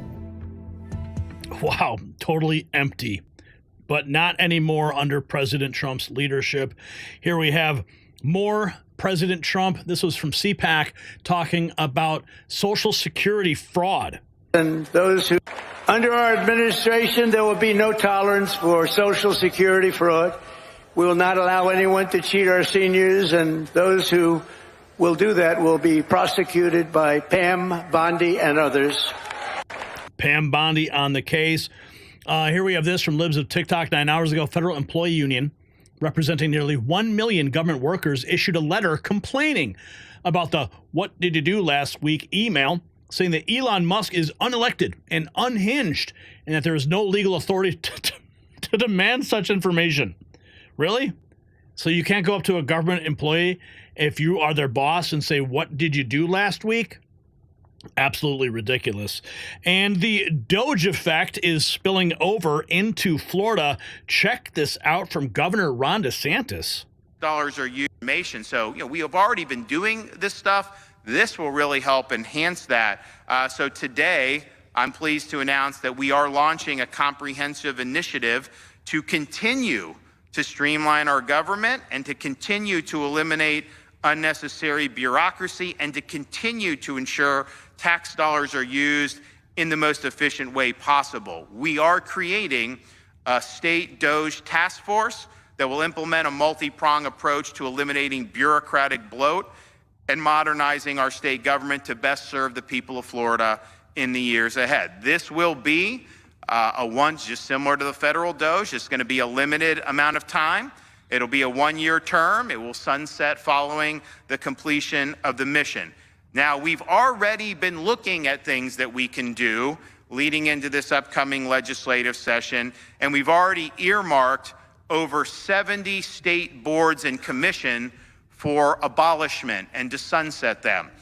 This will restore power and accountability to Floridians. I mean, I get all these boards, and we have gotten rid of some, and then we get appointments to all this different stuff. And I'm like, well, why can't we just do that through the agency? Do we even need this? And so we've asked these questions over the last really couple years to tee up this major reform. So we will be proposing over 70 state boards and commission to sunset and to get them off the books. Again, I don't know that there's that many other states that are doing it. Actually, Iowa, Governor Reynolds, I know she sunsetted a lot of agencies, and that seems to have worked very well. There may be a couple examples. So, a couple examples. We need more examples. We need more people. We need the DOGE effect across all 50 states, not just at the federal level. And Ron DeSantis is taking the lead. But I think my favorite video of this is the moment that all of these USAID folks got shown the door. Look at them all carrying their stuff. Oh, yeah. Bye-bye. Yeah, nice knowing you. Oh, man. Yeah, that's a beautiful sight, isn't it? All that government waste, fraud, and abuse just hitting the pavement. So what we're witnessing is unprecedented. A president and his advisors actually keeping their promises to cut government fat. While Democrats scream about norms being violated, they ignore that the real norm has been unchecked waste and corruption. Trump and Musk are doing exactly what they said they would, putting American taxpayers first. So why is it taking so long for someone to demand basic accountability from our bloated federal bureaucracy? Will the American people allow the establishment to sabotage this historic effort to bring fiscal sanity to Washington? Let us know your thoughts in the comments, and make sure you check out our limited edition MAG Avengers merch and Next News swag at shop.nextnewsnetwork.com. You'll find it linked below. Okay, guys, I see what you're doing. I see what you guys are doing. 93 new members in one show already. 85 in chat revenue. Wow. Okay. All right. Listen, guys. We have to have a talk here. Okay, this is getting out of hand. All right, I don't even know where to begin. You guys are flooding. You are flooding my super chat feed. I can't even see who's donating. Thank you, Michael P. Thank you for saving America. Sure You Gospel dropped $2. It says 20 gifted sub for a Trump dance. Trump dance. Thomas became a member, and then he dropped $10. Keep slinging the truth, he says. And then he went ahead and paid it forward and gifted 1 membership as well. I mean, you guys, what is... Bo Myers has just become a member as well. Juan Ruiz dropping 5. You guys are not going to give up on the Trump dance, Gary. We all want to see it. Oh, man. He gave another 20 memberships. Oh, my goodness. Rena, Helen, Newbie, Breathless, Adkid Gamer, Dana, Sharon, Gail, Charles, Brenda, Tom. Oh my goodness. I can't even believe this. Gary, you owe us 4 Trump dances? Really? 4? Is that the going rate right now? Tom B420 dropping $5 to let me know that. James Werner, $9.99, dropping a hippo character. And then, okay, so the Trump dance. You guys want to see the Trump dance? Okay, so I've been trying to practice it for you guys. And I think this is the way you do it, right? Trump dance. All right, you want to see if you stand up and do it? Is that what you want? Okay, Trump dance. Yeah, all right, Trump dance. Trump dance. Yeah, Trump dance. Oh my goodness. You guys are out of control tonight. Okay, does that make you guys happy now? You got to see if I'm wearing pants on top of it all. Okay, we're at $100 in chat revenue and 93 new members.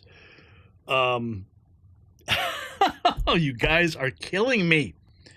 You guys are killing me. You got to get the hip action in. Never tired of winning. I'm laughing so much I'm crying. Music will be added in post. Oh my goodness. Oh my goodness. You guys are killing me. I can't even do this anymore. Oh my goodness. Okay. I don't even know where do I go. Here we go. This is the button I want to press. No, this is the button I want to press. Okay. There it is. Okay. M. Stoko, $9.99.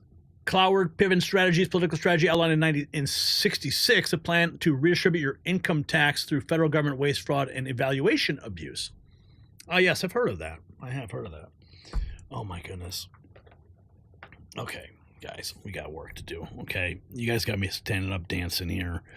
But there's a lot to dance. You know, we've got a lot to celebrate, right? We have a lot to celebrate today. So much. Okay, Brian, should we get into the next topic? Okay. Oh, man. 93 new members. My goodness. They're all going to be able to see all the behind-the-scenes stuff now, too. Okay. You guys are crazy. Okay. All right, I got to compose myself.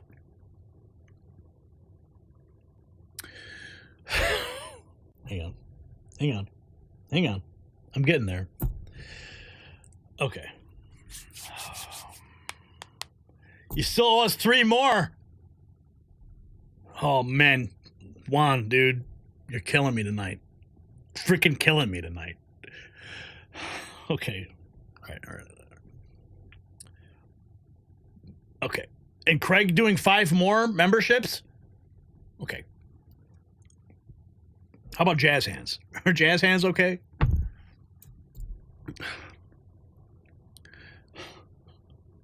Oh my goodness. Stop. Oh my goodness. I can't do this. I gotta be serious here. Okay? Gotta be serious.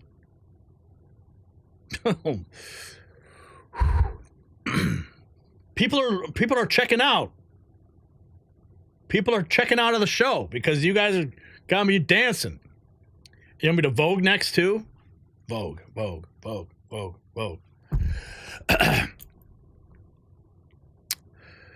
The gloves are off as President Trump declares war on violent gangs and foreign terrorists terrorizing American communities. In a powerful statement, Trump vowed that MS13 and Tren de Aragua members will be hunted down, rooted out, arrested, and expelled from our soil like the savage monsters that they are. For years, these gangs have exploited our open borders and sanctuary policies to establish footholds across America. Attorney General Pam Bondi isn't waiting either. She's already filed lawsuits against sanctuary states like Illinois and New York, promising that any jurisdiction harboring criminal aliens will be next. And as Trump hunts down MS13 criminals infiltrating our communities, another invasion is hitting American homes, skyrocketing heating costs.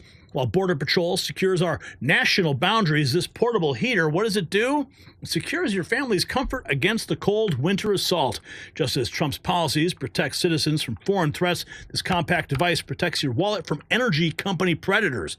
With heating costs expected to rise 8.7% to $941 this winter, higher than your holiday spending, you need this efficient defense. Visit staywarmnow.com for 60% off, free shipping, and a 60-day guarantee. Defend your home's warmth like Trump defends our borders. You'll find it linked below. All right, this just in. 2 hours ago, Governor Abbott confirmed that ICE and DPS raids are happening in Colony Ridge, which houses tens of thousands of potentially violent illegal aliens. The city of aliens is a threat to Americans. Deport them all. Carlos Tercios posting that. This is some video footage, I believe, of the area that is in the heart of this raid. Governor Abbott confirming this. Wow. So this is happening right now. We just found this out 2 hours ago, just posted. Also, this posted from Mark Naughton. He was replying to Timcast, saying, I too have observed U.S. military involved in migrant holding operations. On October 9th at the Roosevelt Hotel in New York, there was an Army outside, potentially Army National Guard.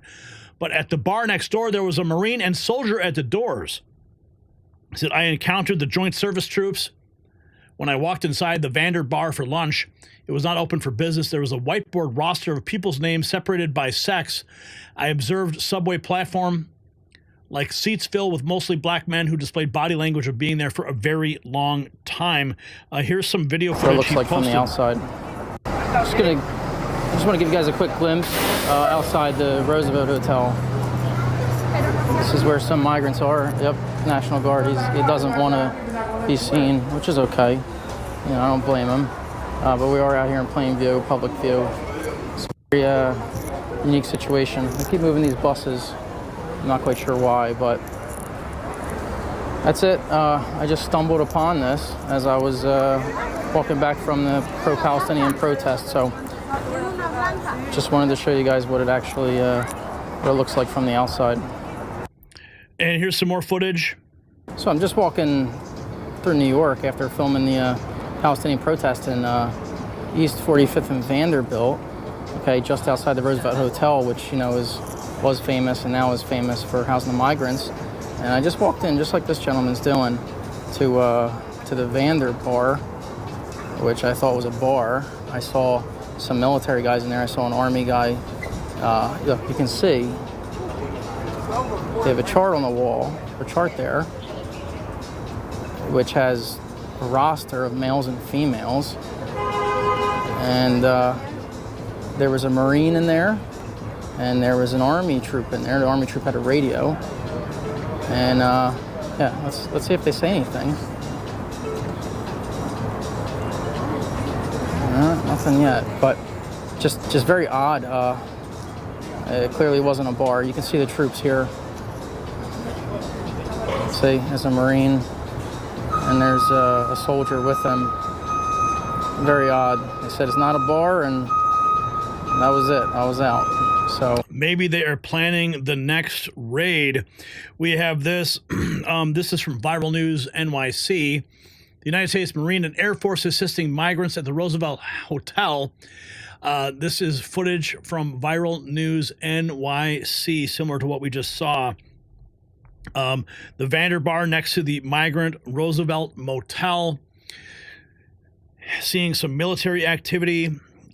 Here's another one. Oh, Hotel Roosevelt. Look at this footage here. This is more from Viral News NYC. Let's get some more context here from their original post.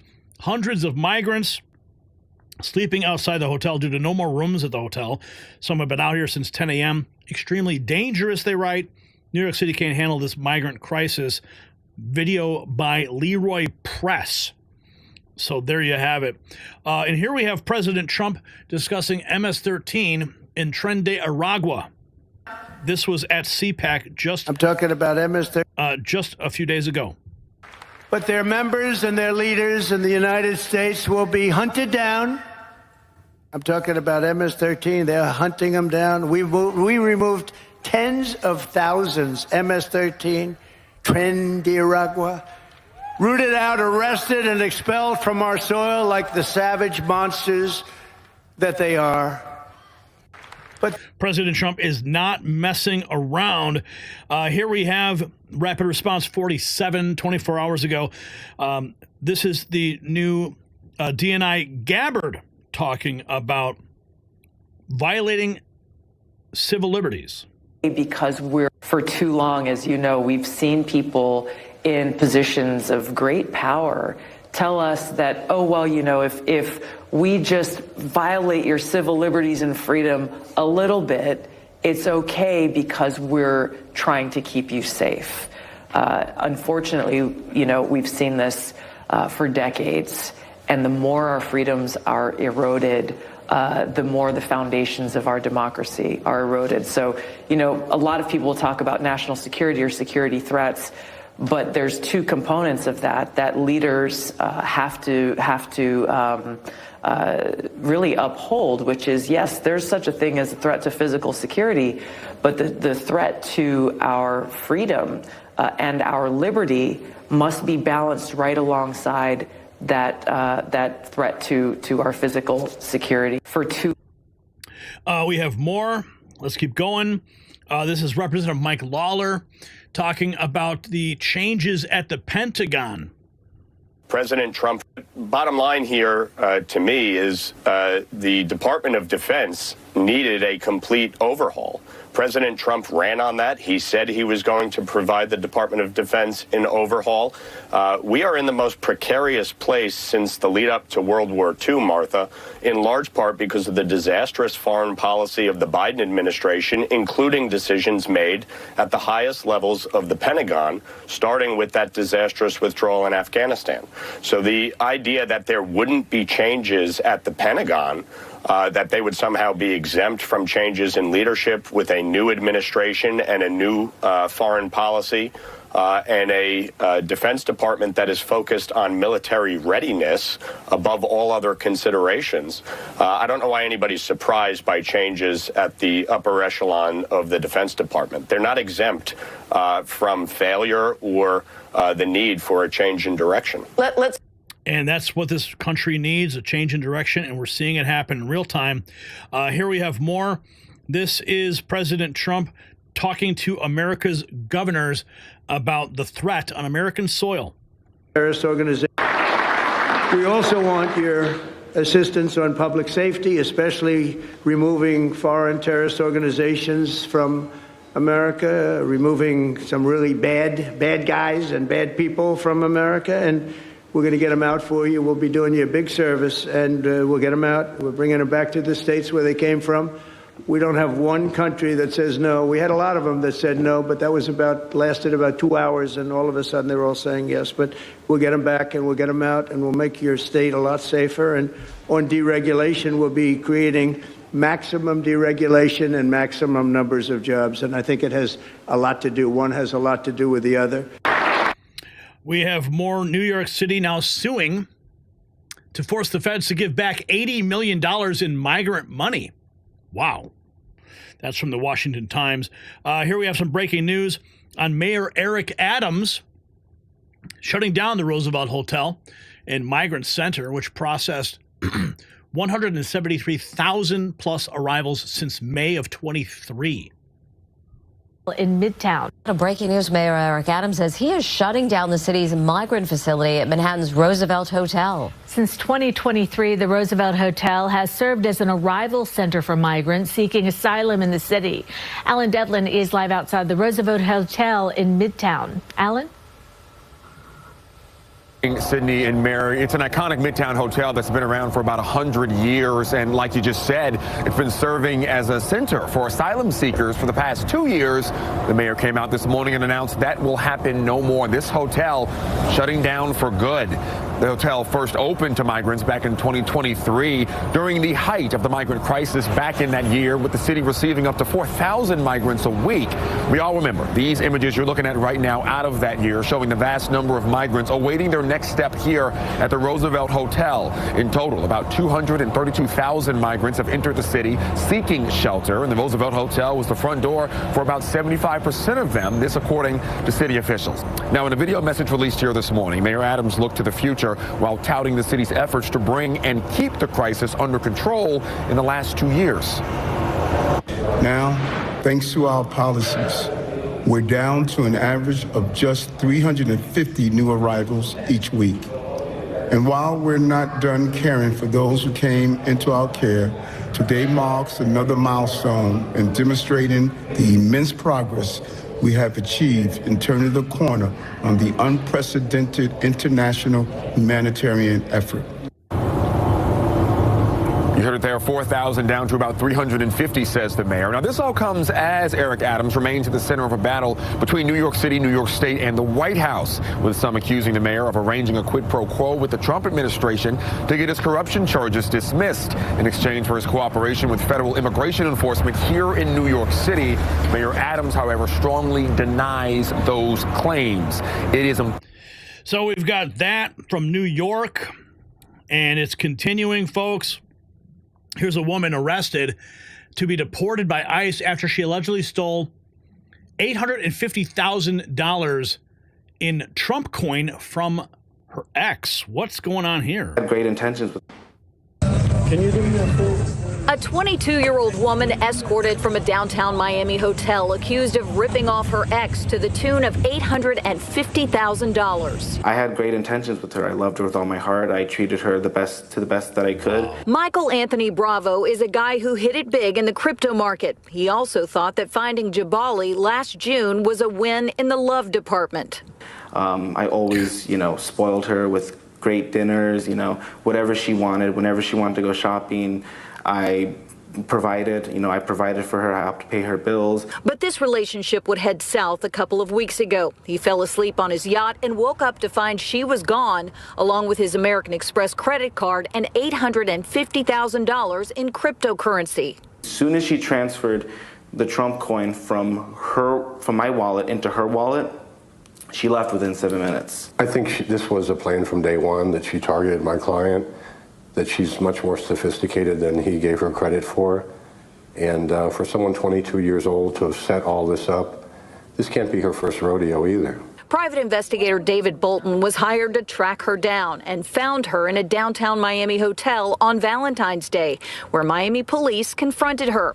Investigators say she told them, "That loser is my ex-boyfriend. He lets me use his credit card." Police say she also booked an Airbnb with his card, with a charge of more than $4,200. She was arrested for grand theft and credit card fraud. But the problems for Bravo didn't end there. After appearing in court, the Tunisian native was handed over to immigration officials. The problem is she has the key to a crypto wallet that holds Bravo's money. And that's kind of put us in the bind that we are with immigration at this point. And certainly we don't want her to be deported until she goes before a judge and before our client is made whole. Oh, yeah, they're going to deport her. She's going to leave with all that crypto money. Who knows? Maybe she's already moved it out. That's just absolutely crazy. My goodness. Here we have, here's Pam Bondi talking about suing Illinois and New York. Check it out. Governor, and I said sanctuary cities, protecting Americans. I sued the state of Illinois. I sued the governor, and I said, if you don't stop, you're next. New York kept going. They were belligerent, sued New York, sued the governor. Not going to stop. So, you're going to be next if you're not watching what we're doing, and we will be successful, and we will make America safe again. Sanctuary cities. Make America safe again. That's what we need. And here we have Secretary of Defense Pete Hegseth talking about Trump and his lawful orders. Inside the military, President Trump has given another set of lawful orders. and they will be followed. If they're not followed, and all these orders are in keeping with the Constitution and norms inside the military, if they're not followed, then those officers will find the door. And that's not a tough calculation. We feel really good about the direction the Pentagon is headed under President Trump. We're going to focus on warfighting and lethality and accountability and be the most transparent Pentagon that folks have seen in a long time, which is why I explain these things on a regular basis. And maybe they'll finally pass an audit, right? Wouldn't that be something? Okay, what else have we got here? Pam Bondi, we got this. Okay. Changes at the Pentagon. So the ICE raids are happening. Governor Abbott confirming raids are happening in Colony Ridge. The migrant hotels are getting shut down in New York. Marines are stationed outside. I mean, it's all happening, folks. This is great news. President Trump vowing to continue to keep America safe with this new shift. It is a fundamental shift, though, in how America is handling public safety and immigration enforcement. After years of policies prioritizing the rights of illegal aliens over American citizens' security, we finally have a president who remembers who he works for, the American people. And he's not apologizing for putting our safety first. Will Democrat-run cities and states continue to defy federal law and harbor dangerous criminals, or will they finally acknowledge the humanitarian and security disaster their sanctuary policies have created? Should federal funding be completely cut from jurisdictions refusing to cooperate with immigrant enforcement? Share your thoughts below. And remember to grab your exclusive MAG Avengers gear on your way out. It's linked down below. Grab a hat, grab a shirt, and show the world where you stand with real news. All right, guys, let's see what you guys are up to now. You guys are a bunch of misfits tonight, making me dance. Too much, little, what, Alice Cersei? That was pretty good, pretty good dance. A little more hip action. Thanks for solving the pants mystery. Wow, $20. She just wanted me to say that. Jennifer dropping $2 for the dance. Thank you, Jennifer. Appreciate the tip. Man, this is, you guys are tipping me to dance now. Wow. And then Love All 131. Please find out why the Pakistanis own the Roosevelt Hotel and not Americans. Who does own the Roosevelt Hotel? It's a great question. That is a great question. Okay. All right. Are we good? Are we good? Are we good now, guys? Do I owe you more dances? Sheesh. I think I saw Angie drop in the chat. Yeah, you guys took over the show. Certainly did tonight. 103 new members. That's just outrageous. Oh, my goodness. Wow. Yeah. Can I ask you guys a question, for our members specifically, because there's like so many of you like invading the chat tonight.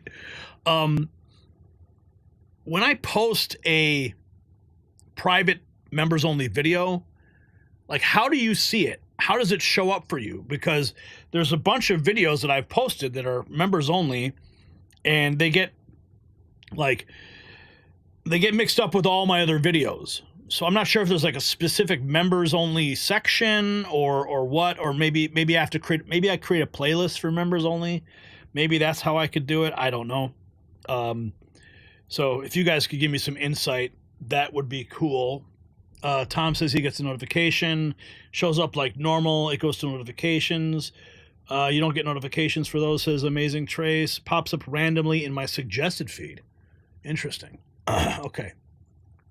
I think, yeah, sure, you please take a picture of what you see, because maybe maybe what we'll do is create a members like playlist, so it's easier for you guys to find the stuff rather than,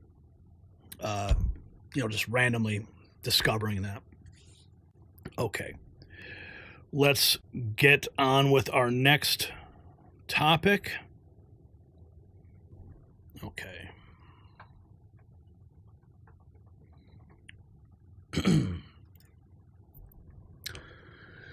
The reckoning has arrived at the FBI. President Trump has appointed Dan Bongino as the new deputy FBI director, working alongside FBI Director Kash Patel he's going to bring a patriot's determination to clean house at an agency that's lost America's trust. Many remember the unprecedented Mar-a-Lago raid before his appointment.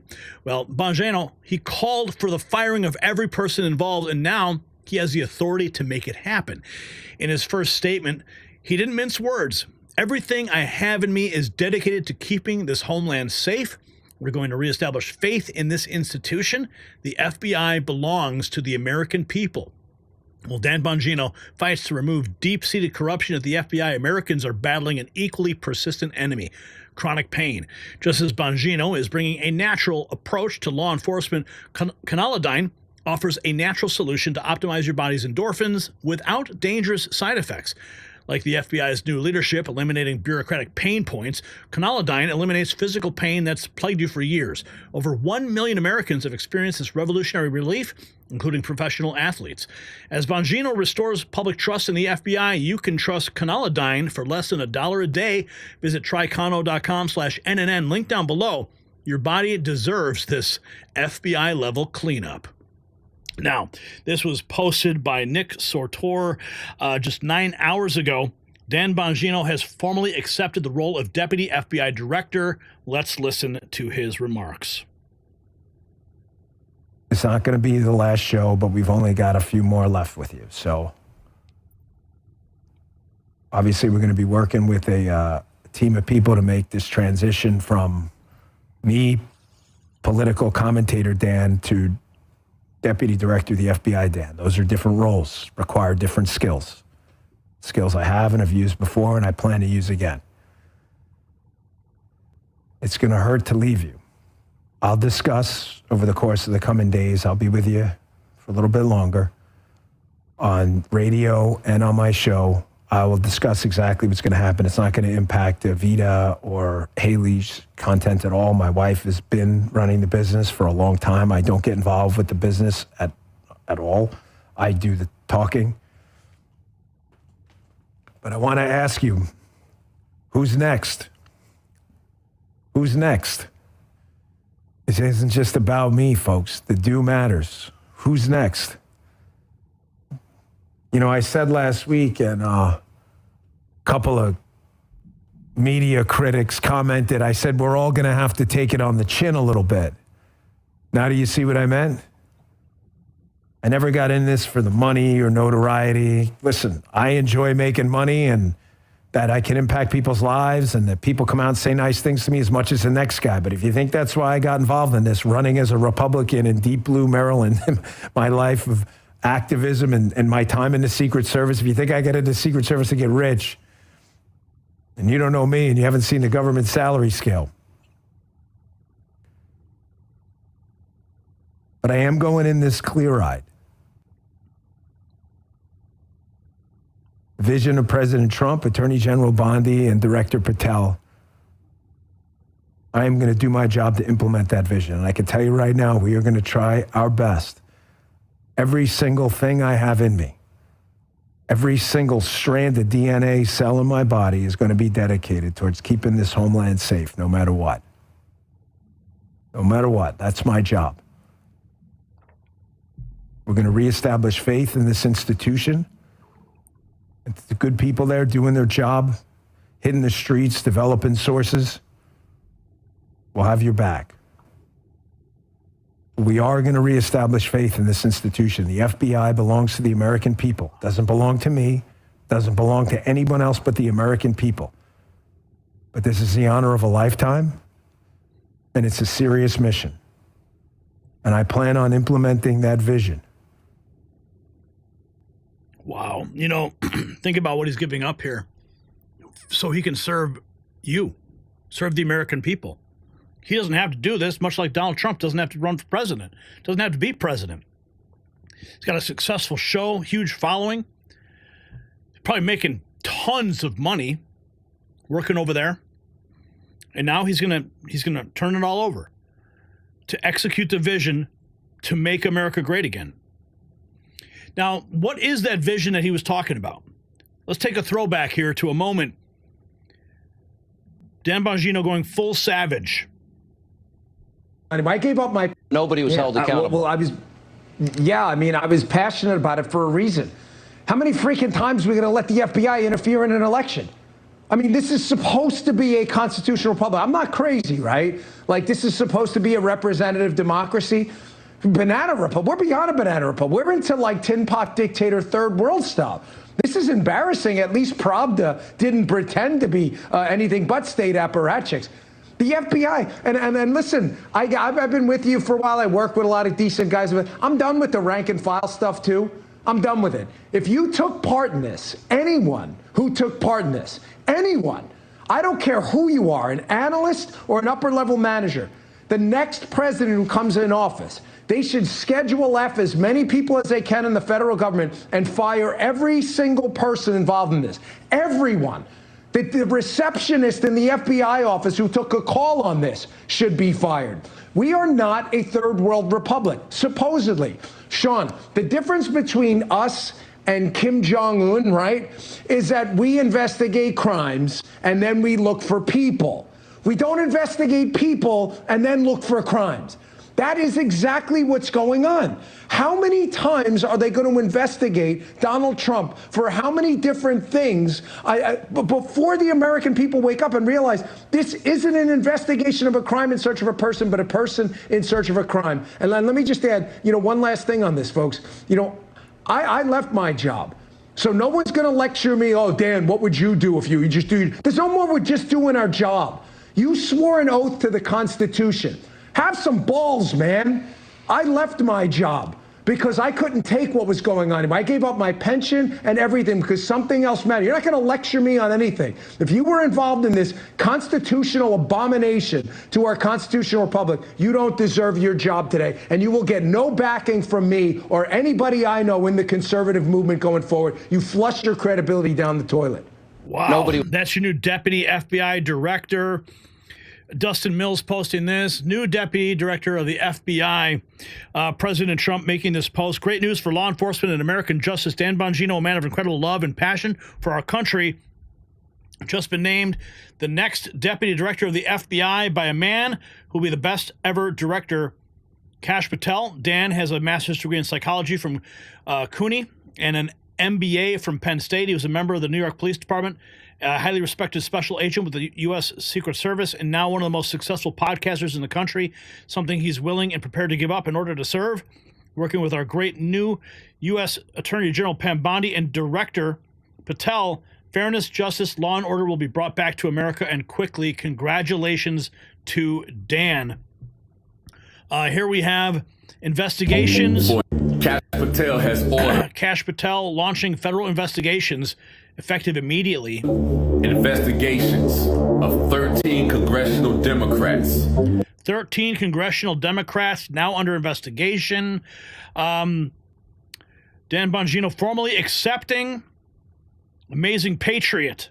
Man, everyone is just loving this moment right now. I'm surprised he didn't get appointed to like Secret Service or something. But this is even better because he's on fire. He wants justice, and he's part of a very strategic team that could root out all of the corruption at the FBI.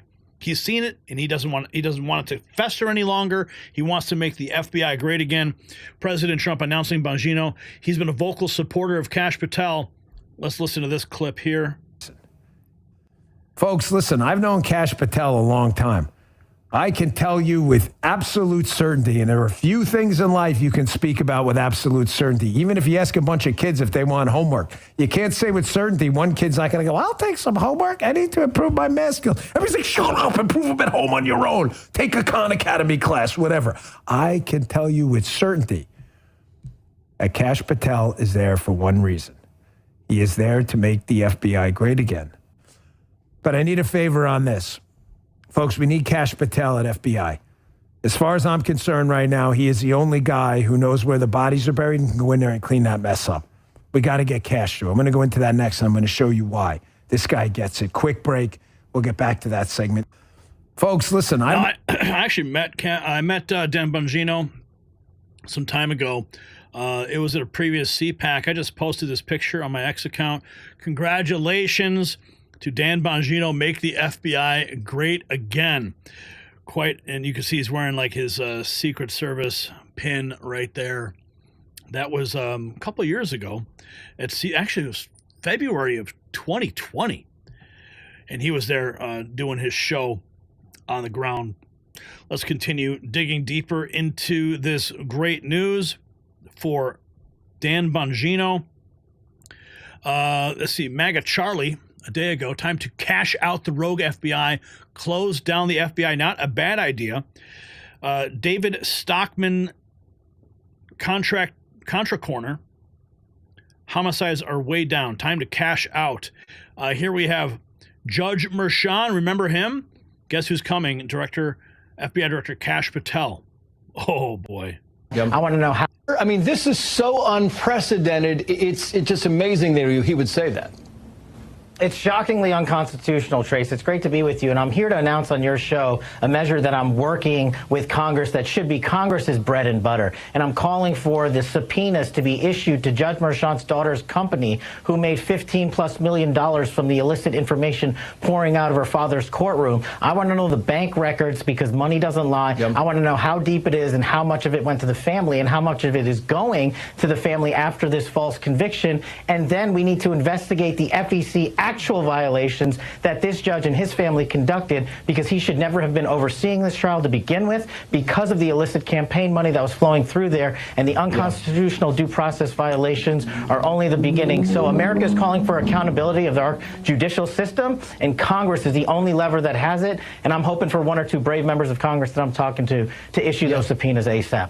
Well, now you're the FBI director, so you could pretty much call the shots. What else have we got here? Okay, we just played this one from the FBI. Here's Elon Musk congratulating Dan Bongino, quote tweeting rapid response in the screenshot.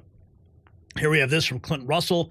6 months ago, Bongino said he would never go back into the government, but he added the caveat that he would only do so if Trump asked him to personally. Check this out. If he wanted. We've been seeing people float you as the next FBI director. Would you do it? Would I do it? Only if President Trump personally wanted it. Oh, him, if he wanted it. I've never envisioned myself going back in government again, ever. Like, ever, ever, ever. I can't say that enough. Repeating decimal, right?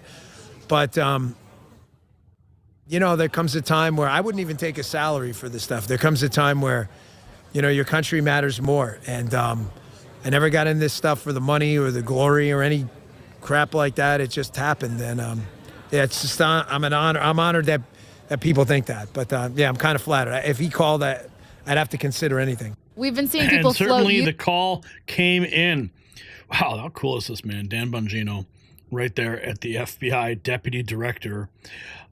Here's more. MAGA Kitty 23 hours ago posting this. Looks like a confrontation with Geraldo Rivera. Let's see. MAGA Kitty says, now that Dan Bongino has been named deputy director, has anyone checked in with Geraldo Rivera lately? I want to see the country burn. You son of a bitch. I want to see the country burn. You punk.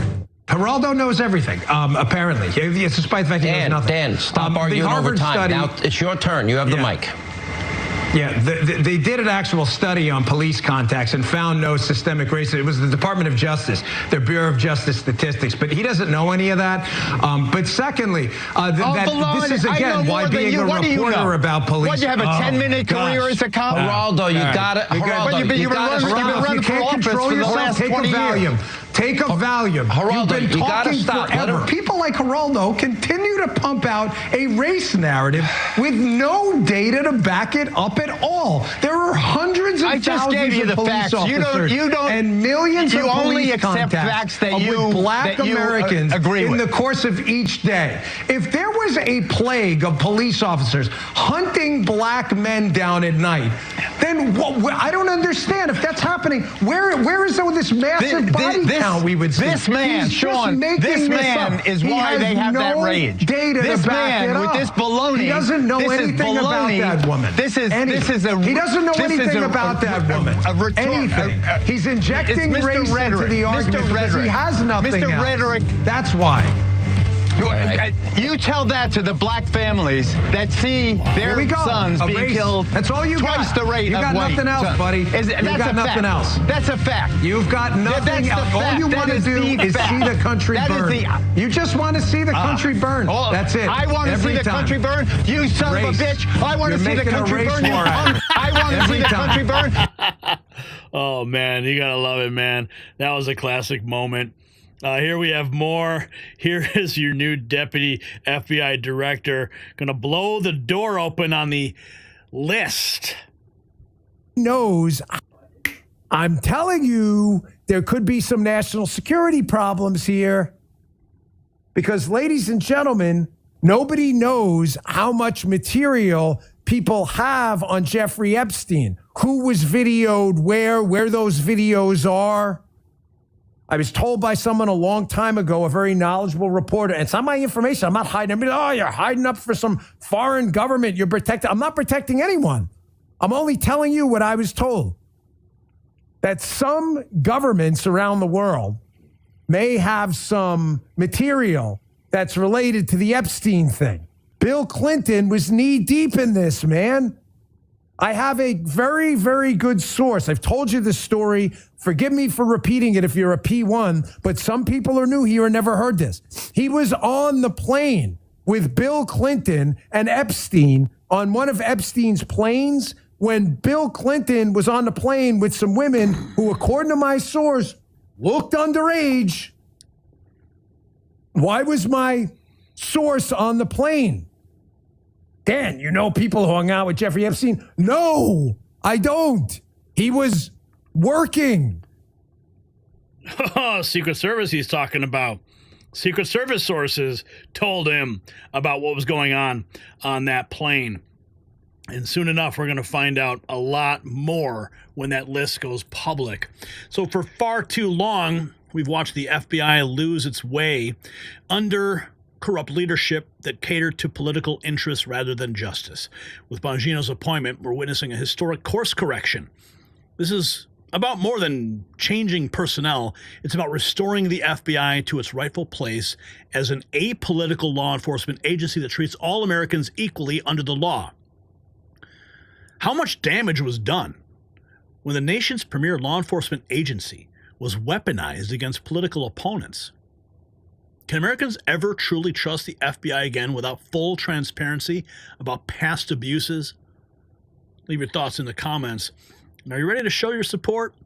Get your Next News merch. It's linked down below. Grab a hat, grab a shirt, and show the world where you stand with real news. All right, guys. Let's see what we have here. Parmis gifting a membership. Juan Ruiz upgrading his membership. And Curio 23 dropping $4.99. He says, my wife and I were having an argument the other day. I was winning the argument when I noticed she was taking off her shirt. It was a booty trap. Okay. Wow, okay. And to answer your question, LoveAll131, about the Pakistanis owning the Roosevelt, I got a note here from Brian, and he gave us some insight into that answer. The owner of the hotel, Pakistani International Airlines, which bought the Roosevelt in 2000, did not reply for requests to comment. The airline, which is owned by the Pakistani government, closed the hotel indefinitely in 2020 after the pandemic decimated the tourism industry. So that's what we have from that. And I asked Brian to create a members-only playlist to make all of the videos easily accessible. Brian, I'm not sure how that works, but so the playlist, can the playlist be only seen by members, or it's a public playlist? I don't think it shows up as empty. I think it shows up as, I think it shows it like kind of grayed out with like a member icon or something like that. So we'll have to explore that a little bit further. So let's see what else have we got here in the chat. Patriot RV Life. There is no speech without free speech. Rock on NNN. Congrats on your press corps pass. Thank you, Patriot RV Life. Yeah, we are coming up with our White House strategy right now and very excited about what the future holds for our team with the Next News Network being on the ground at the White House. Let's see here. We have this news. Let's see, which one was it here? This is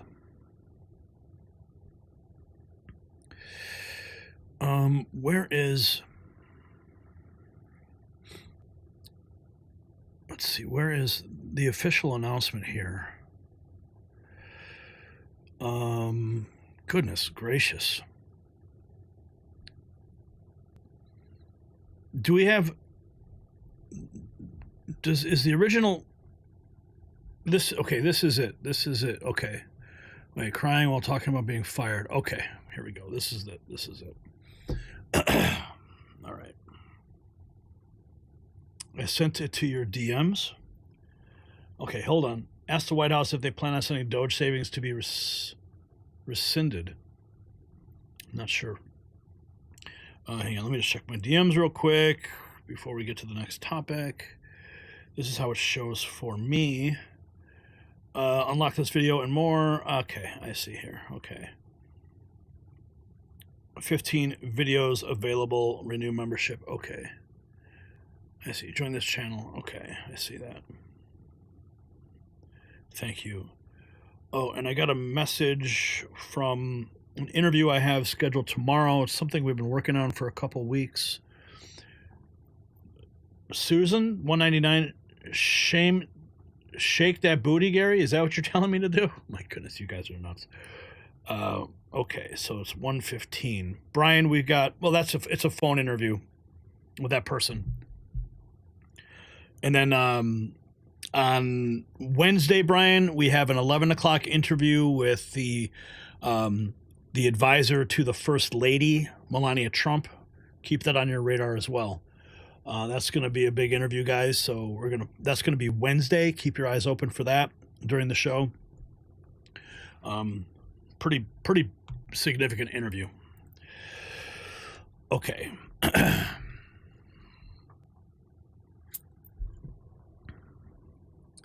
The media landscape is shifting beneath our feet. MSNBC has finally pulled the plug on Joy Reid's show after years of plummeting ratings and divisive rhetoric.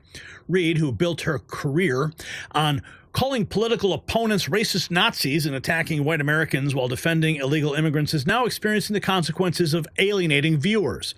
This isn't just about one host losing her job. It's a symptom of a larger reckoning in legacy media. Even NBC's Lester Holt is reportedly stepping down, signaling a major shakeup across the network as Americans increasingly reject divisive identity politics.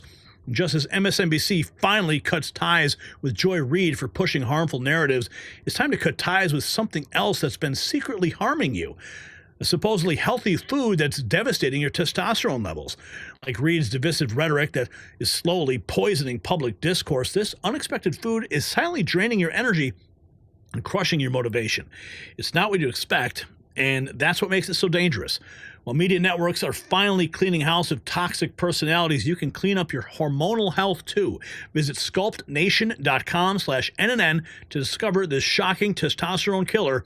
Just as Reid's departure marks a new era in media, this revelation will transform your vitality.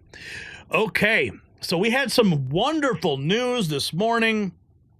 We can all celebrate now. She's gone. The Wicked Witch is gone. Good riddance. The racist Joy Reid crying while talking about being fired from MSNBC.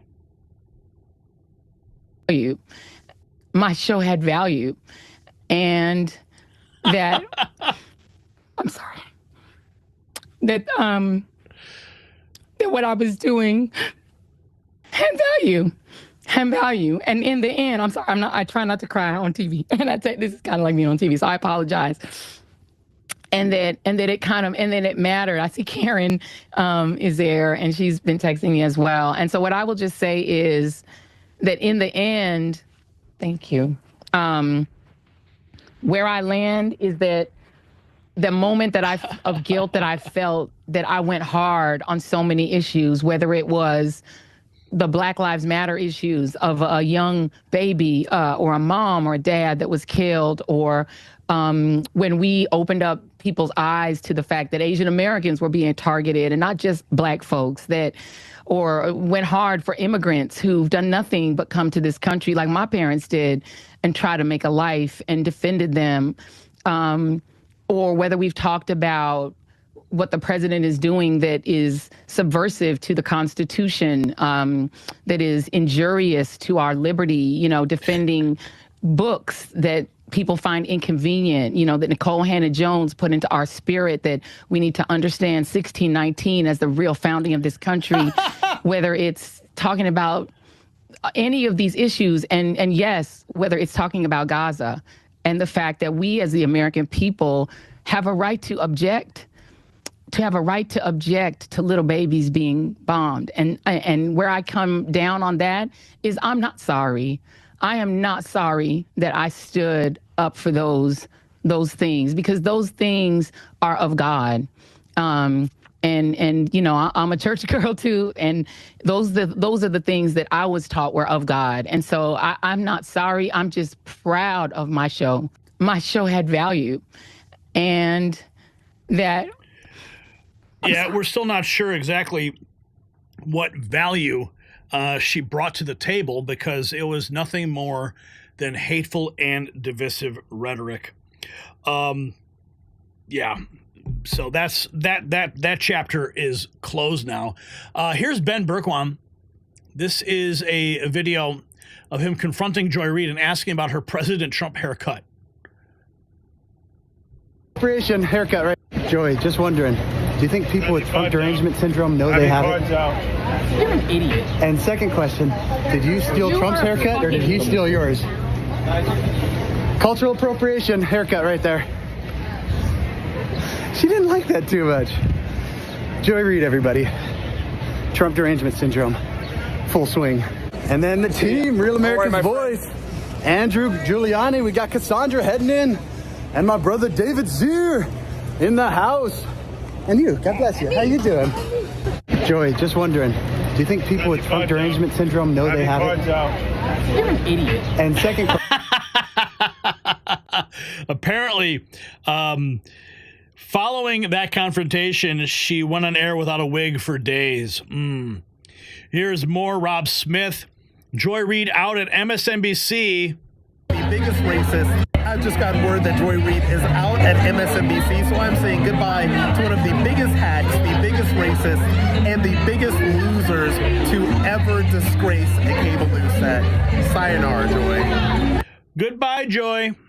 The joy is gone at MSNBC.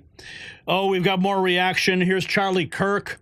What is he saying here? He's saying Joy Reid, a.k.a. the race lady at MSNBC, just had her show canceled because it was unwatchable. Good riddance to the most vitriolic, lowbrow, unhinged race hustler ever allowed on national television. Oh, my goodness. Thank God she is gone. Joy Reid getting canceled is further confirmation we're dominating the information war. Citizen journalists continue to expand our reach and influence, while MSN propagandists are rapidly falling into irrelevancy. The MSN spell has lost its potency, and the people are waking up. Let's take a look at this clip. Because while I will never gaslight you, I'm not going to be out here saying that you didn't see what you saw last Thursday on that debate stage. You saw it. I saw it. Everybody who frantically texted me saw it.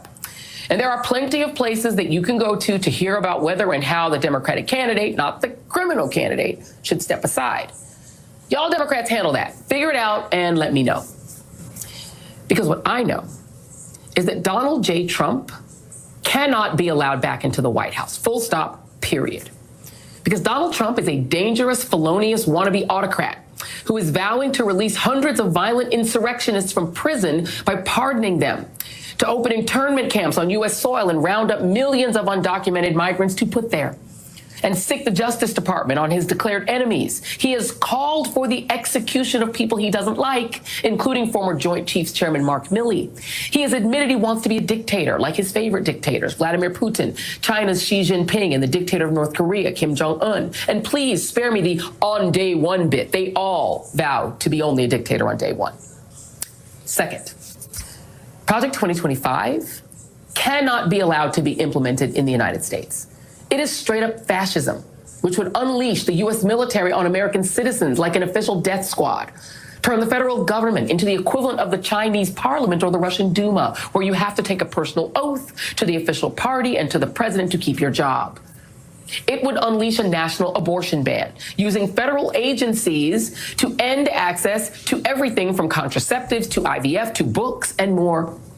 It means turning this country... Okay, I've had enough of that one. We got more, though. Yeah, we ain't done yet. Here is Tommy Ratcliffe saying Joy Reid was fired, but that's not enough. Makes my blood boil when I hear her come on over my shoulder and I run to turn it off.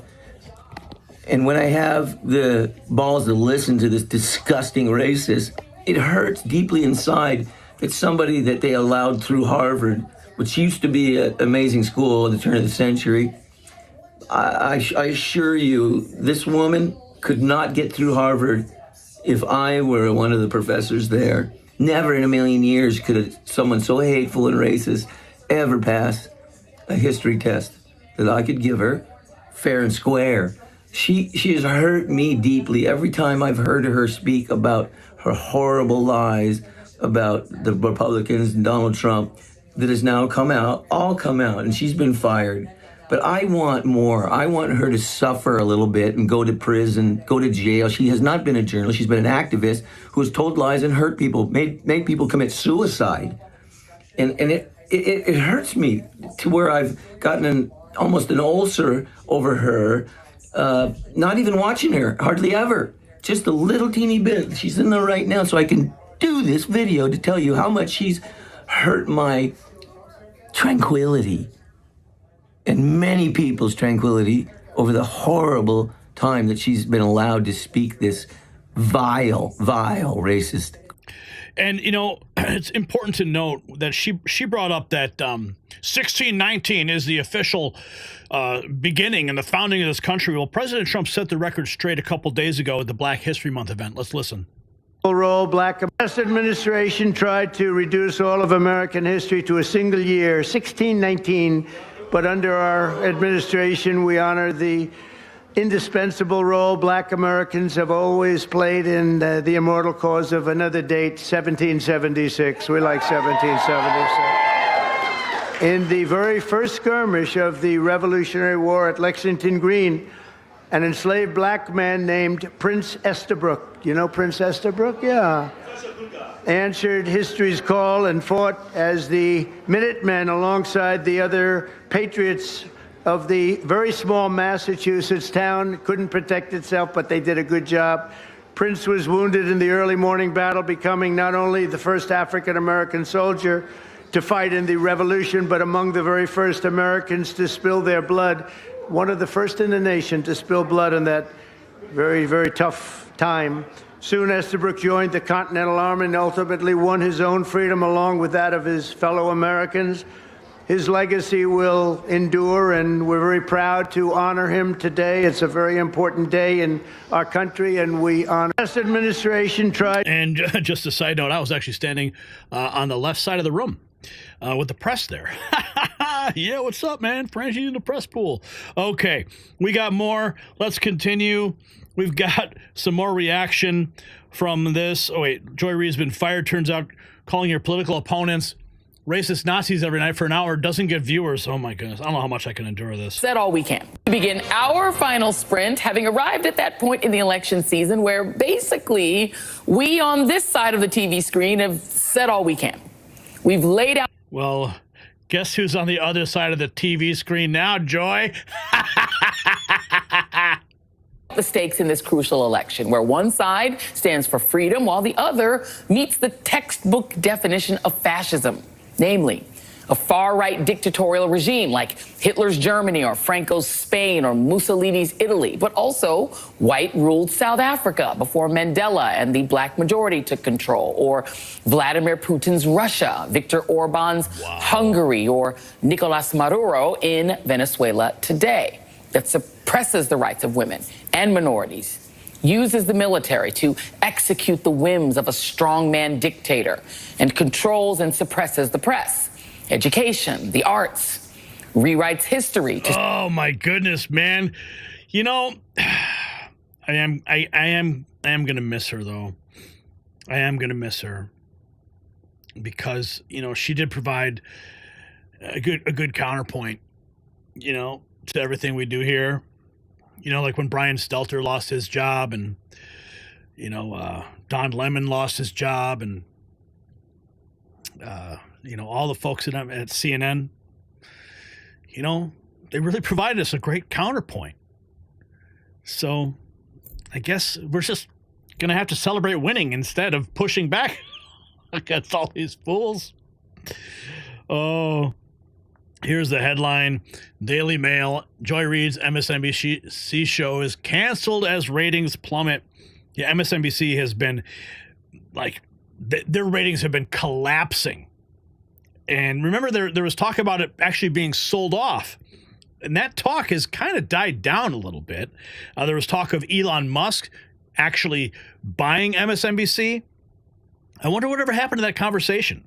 Maybe it's time to revitalize it, bring it back to the surface, start talking about it again, and make it XNBC or whatever you want to call it, the new X network, and you could bring all your best X podcasters like yours truly onto that show, and we could have a lot more fun.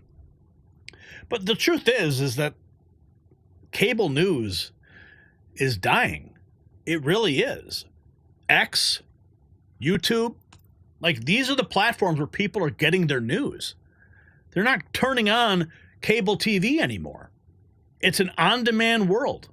Search for what you are looking for, and you will find it.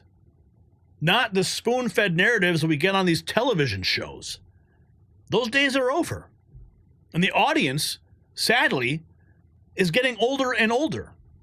And there are fewer and fewer people watching these shows. But you're coming to me.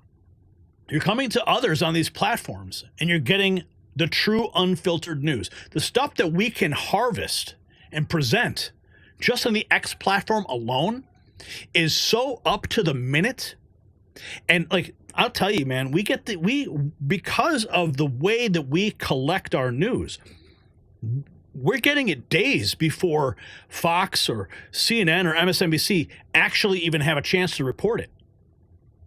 I mean, for example, when I was at the White House and I was in the East Room covering the Black History Month event, Donald Trump was up there. And David Harris Jr. goes up on stage. Trump calls him up on stage. And I recorded it right there, using this phone in my hand. Captured that moment. The pool reporters who were creating a wall of bodies in front of me, literally, they're on ladders blocking all of the reporters from actually having an eye line view to the president. They were blocking everybody, but I was there standing off to the side because I got in at just the right moment, standing right behind Caitlin Collins, and I had my phone up. And our associate Tom had his DJI Pocket 3 camera stuck on a stick over the press pool, getting the footage. And it was hours before that footage ever saw the light of day. But because we were there and I had my phone, I recorded that moment. I was able to clip that moment out and get it out to you faster than the pool reporters could. Because that's the world we're living in now. It's a changed media dynamic. And we're right there. We're in the White House. This is just the beginning, folks. This is only the beginning of amazing things that are about to happen. Oh my God. I am so blessed to be able to have this opportunity to present this. But the MSN destruction, like I said here, it's dying suddenly. But I watch this MSN. Here's President Trump at CPAC. I watch this MSNBC, which is a threat to democracy, actually. They're stone cold mean, but they're stuttering. They're all screwed up. They're all mentally screwed up. They don't know what. Their ratings have gone down the tubes. I don't even talk about CNN. CNN's sort of like, I don't know, they're pathetic, actually. But MSNBC was mean. Their ratings are absolutely down. This Rachel Maddow, what does she have? She's got nothing. Nothing. She took a sabbatical where she worked 1 day a week. They paid her a lot of money. She gets no ratings. I should go against her in the ratings because I'll tell you, she gets no ratings. All she does is to talk about Trump, Trump, Trump, Trump, Trump. All different subjects, Trump this, Trump that. But these people are really, I mean, they lie. I watch this MSNBC. Yeah, it's over with. And then we got this, another NBC anchor gets cut. Lester Holt, Real America's Voice. Here is Steve Bannon talking about this. And having breaking news right now, just across the wire. Lester Holt is out as the anchor at NBC News. If you think of it, with Stephanopoulos getting crushed on the Trump lawsuit and having effectively no role at ABC News right now, you've got David Muir at ABC being completely humiliated by the horrible performance he had in the debate. You've got the changeover at CBS News, and CBS is now in a free fall. As bad as they were, they're in a free fall. And now Lester Holt at NBC. All the mainstream media, CNN, disaster. MSNBC changed their line. President Trump, the mainstream media that lorded it over us for so long, is collapsing before your eyes. Collapsing.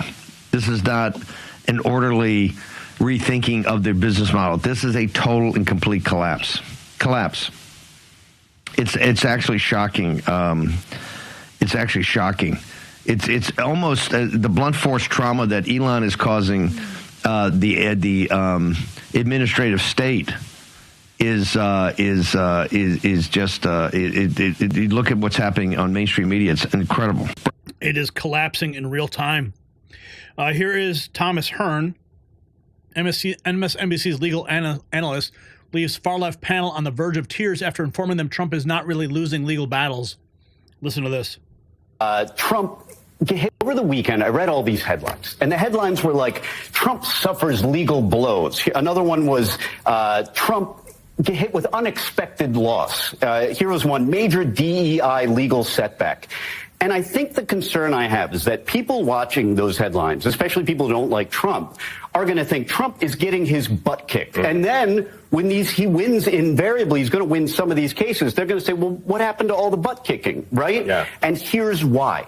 These are not major setbacks. First reason, we are at the stay stage. In other words, in almost all of these cases, the court is issuing a stay. That is a pause. By definition, it is not on the merits. Nobody's winning or losing on the merits. They're hitting the pause button until they can decide the case on the merits. And by the way, just like Danielle said, all of this is exhibition games or friendlies, as they say in soccer. Yeah. They don't count. They don't count until they get to the last court they get to, which in most cases, because they're of unique constitutional issues, is going to be the Supreme Court. So these are not blows to the Trump administration. I don't see them that way. The other thing, and again, Danielle brought this up, the Trump administration totally expects they're going to lose in court a lot. Do you know what it costs to do an executive order? A piece of paper and a Sharpie. Mm-hmm. That's it. And they can go right back to the drawing board. One of these courts said, hey, the language was too vague. You know what that tells them? Just go draft another one. It's not like legislation where you need a bunch of people to agree on something. It is a pen and a piece of paper, and that's it. And here's the other thing. You could look at this as the headlines say, Trump losing here and there in court. Here's the way I see it. I'll give you an example. The Ninth Circuit on the the birthright citizenship issue. Yeah.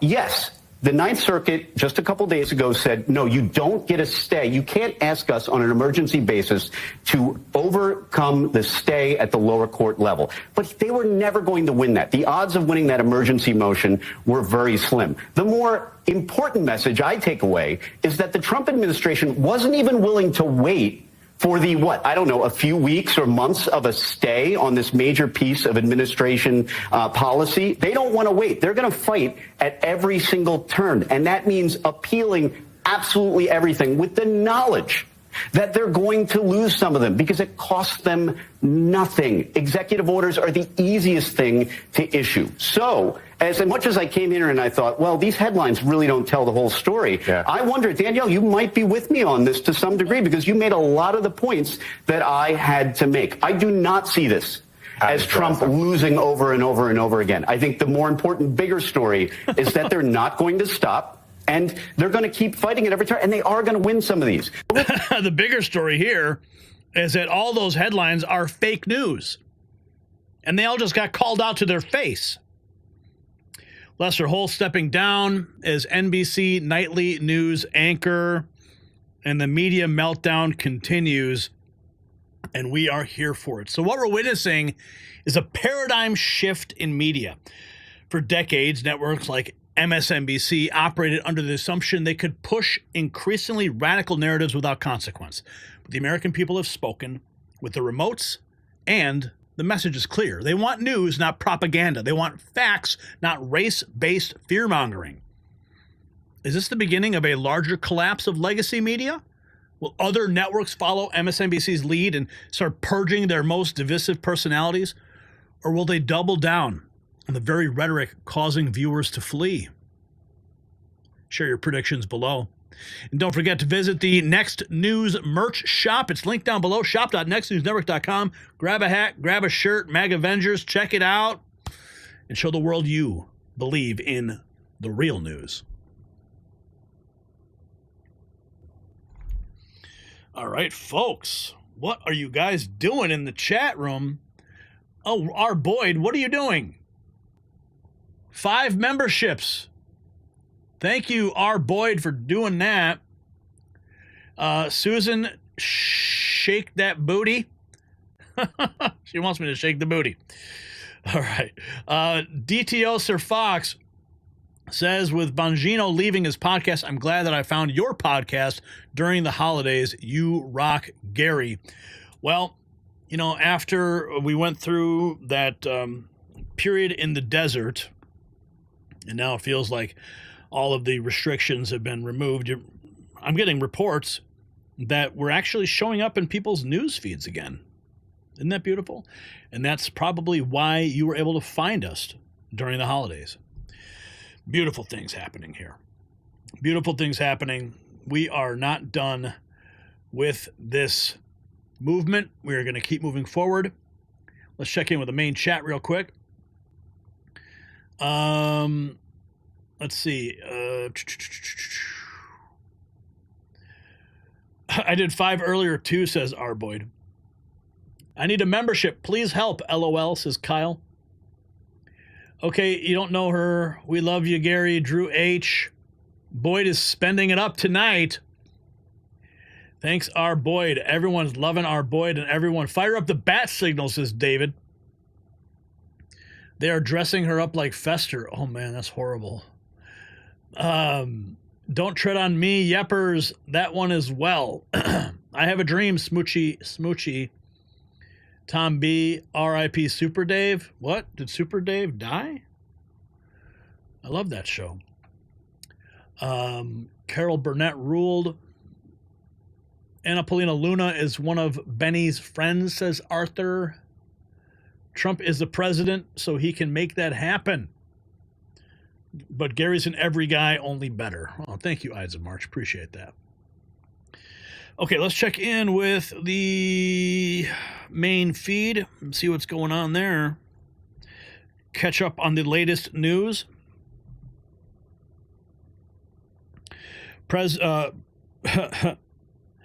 Resist the mainstream. President Elon Musk endorses Vivek Ramaswamy for governor of Ohio. That's funny. Okay, so Ramaswamy running for governor of Ohio now. That's the big news right now. Jack Posobiec, never thought my most controversial take would be the people who were kids without technology turned out differently than people who grew up with it. I guess you never really know. Kanye West, wow, he's back on X now? I thought he was removed. If people woke, I must be sleep. Wake me when y'all done with this. Okay. Tucker Carlson, Sean Ryan's show. Hey, Tucker, that SIG I gave you might come in handy. Oh, my goodness. Wow. These guys clearly talking about what's going on with Dan Crenshaw right now. Tucker Carlson challenging Dan Crenshaw to an interview, as Dan Crenshaw says he's going to do something really bad to Tucker if he ever meets him. Okay, let's see what else we have here. Elon Musk has just endorsed Vivek Ramaswamy for governor of Ohio, DOGE designer 1 minute ago. President Trump endorsing Vivek Ramaswamy for governor of Ohio. Wow, that's wild. Not surprising, though. Dude lifts heavy stuff. Replying to Representative Luna and Bondi. We were made promises so far. No MLK, no JFK, no lists. These should be on X, not her desk. They won't stop covering. Okay, people are upset about the fact that they haven't seen this list yet. But it was also stated in the executive order that they needed 15 days to come up with a plan and 45 days to release it. Or was it 30? It was 45 days total, so 15 and 30. 15 to come up with a plan and 30 to release it. So it's just a matter of time. Everyone just chill out. Sean Farash. We went from Peter Strzok and Lisa Page to Kash Patel and Dan Bongino with the FBI. Upgrade of the century. Release the files. Release the files. Don't worry, they'll get released.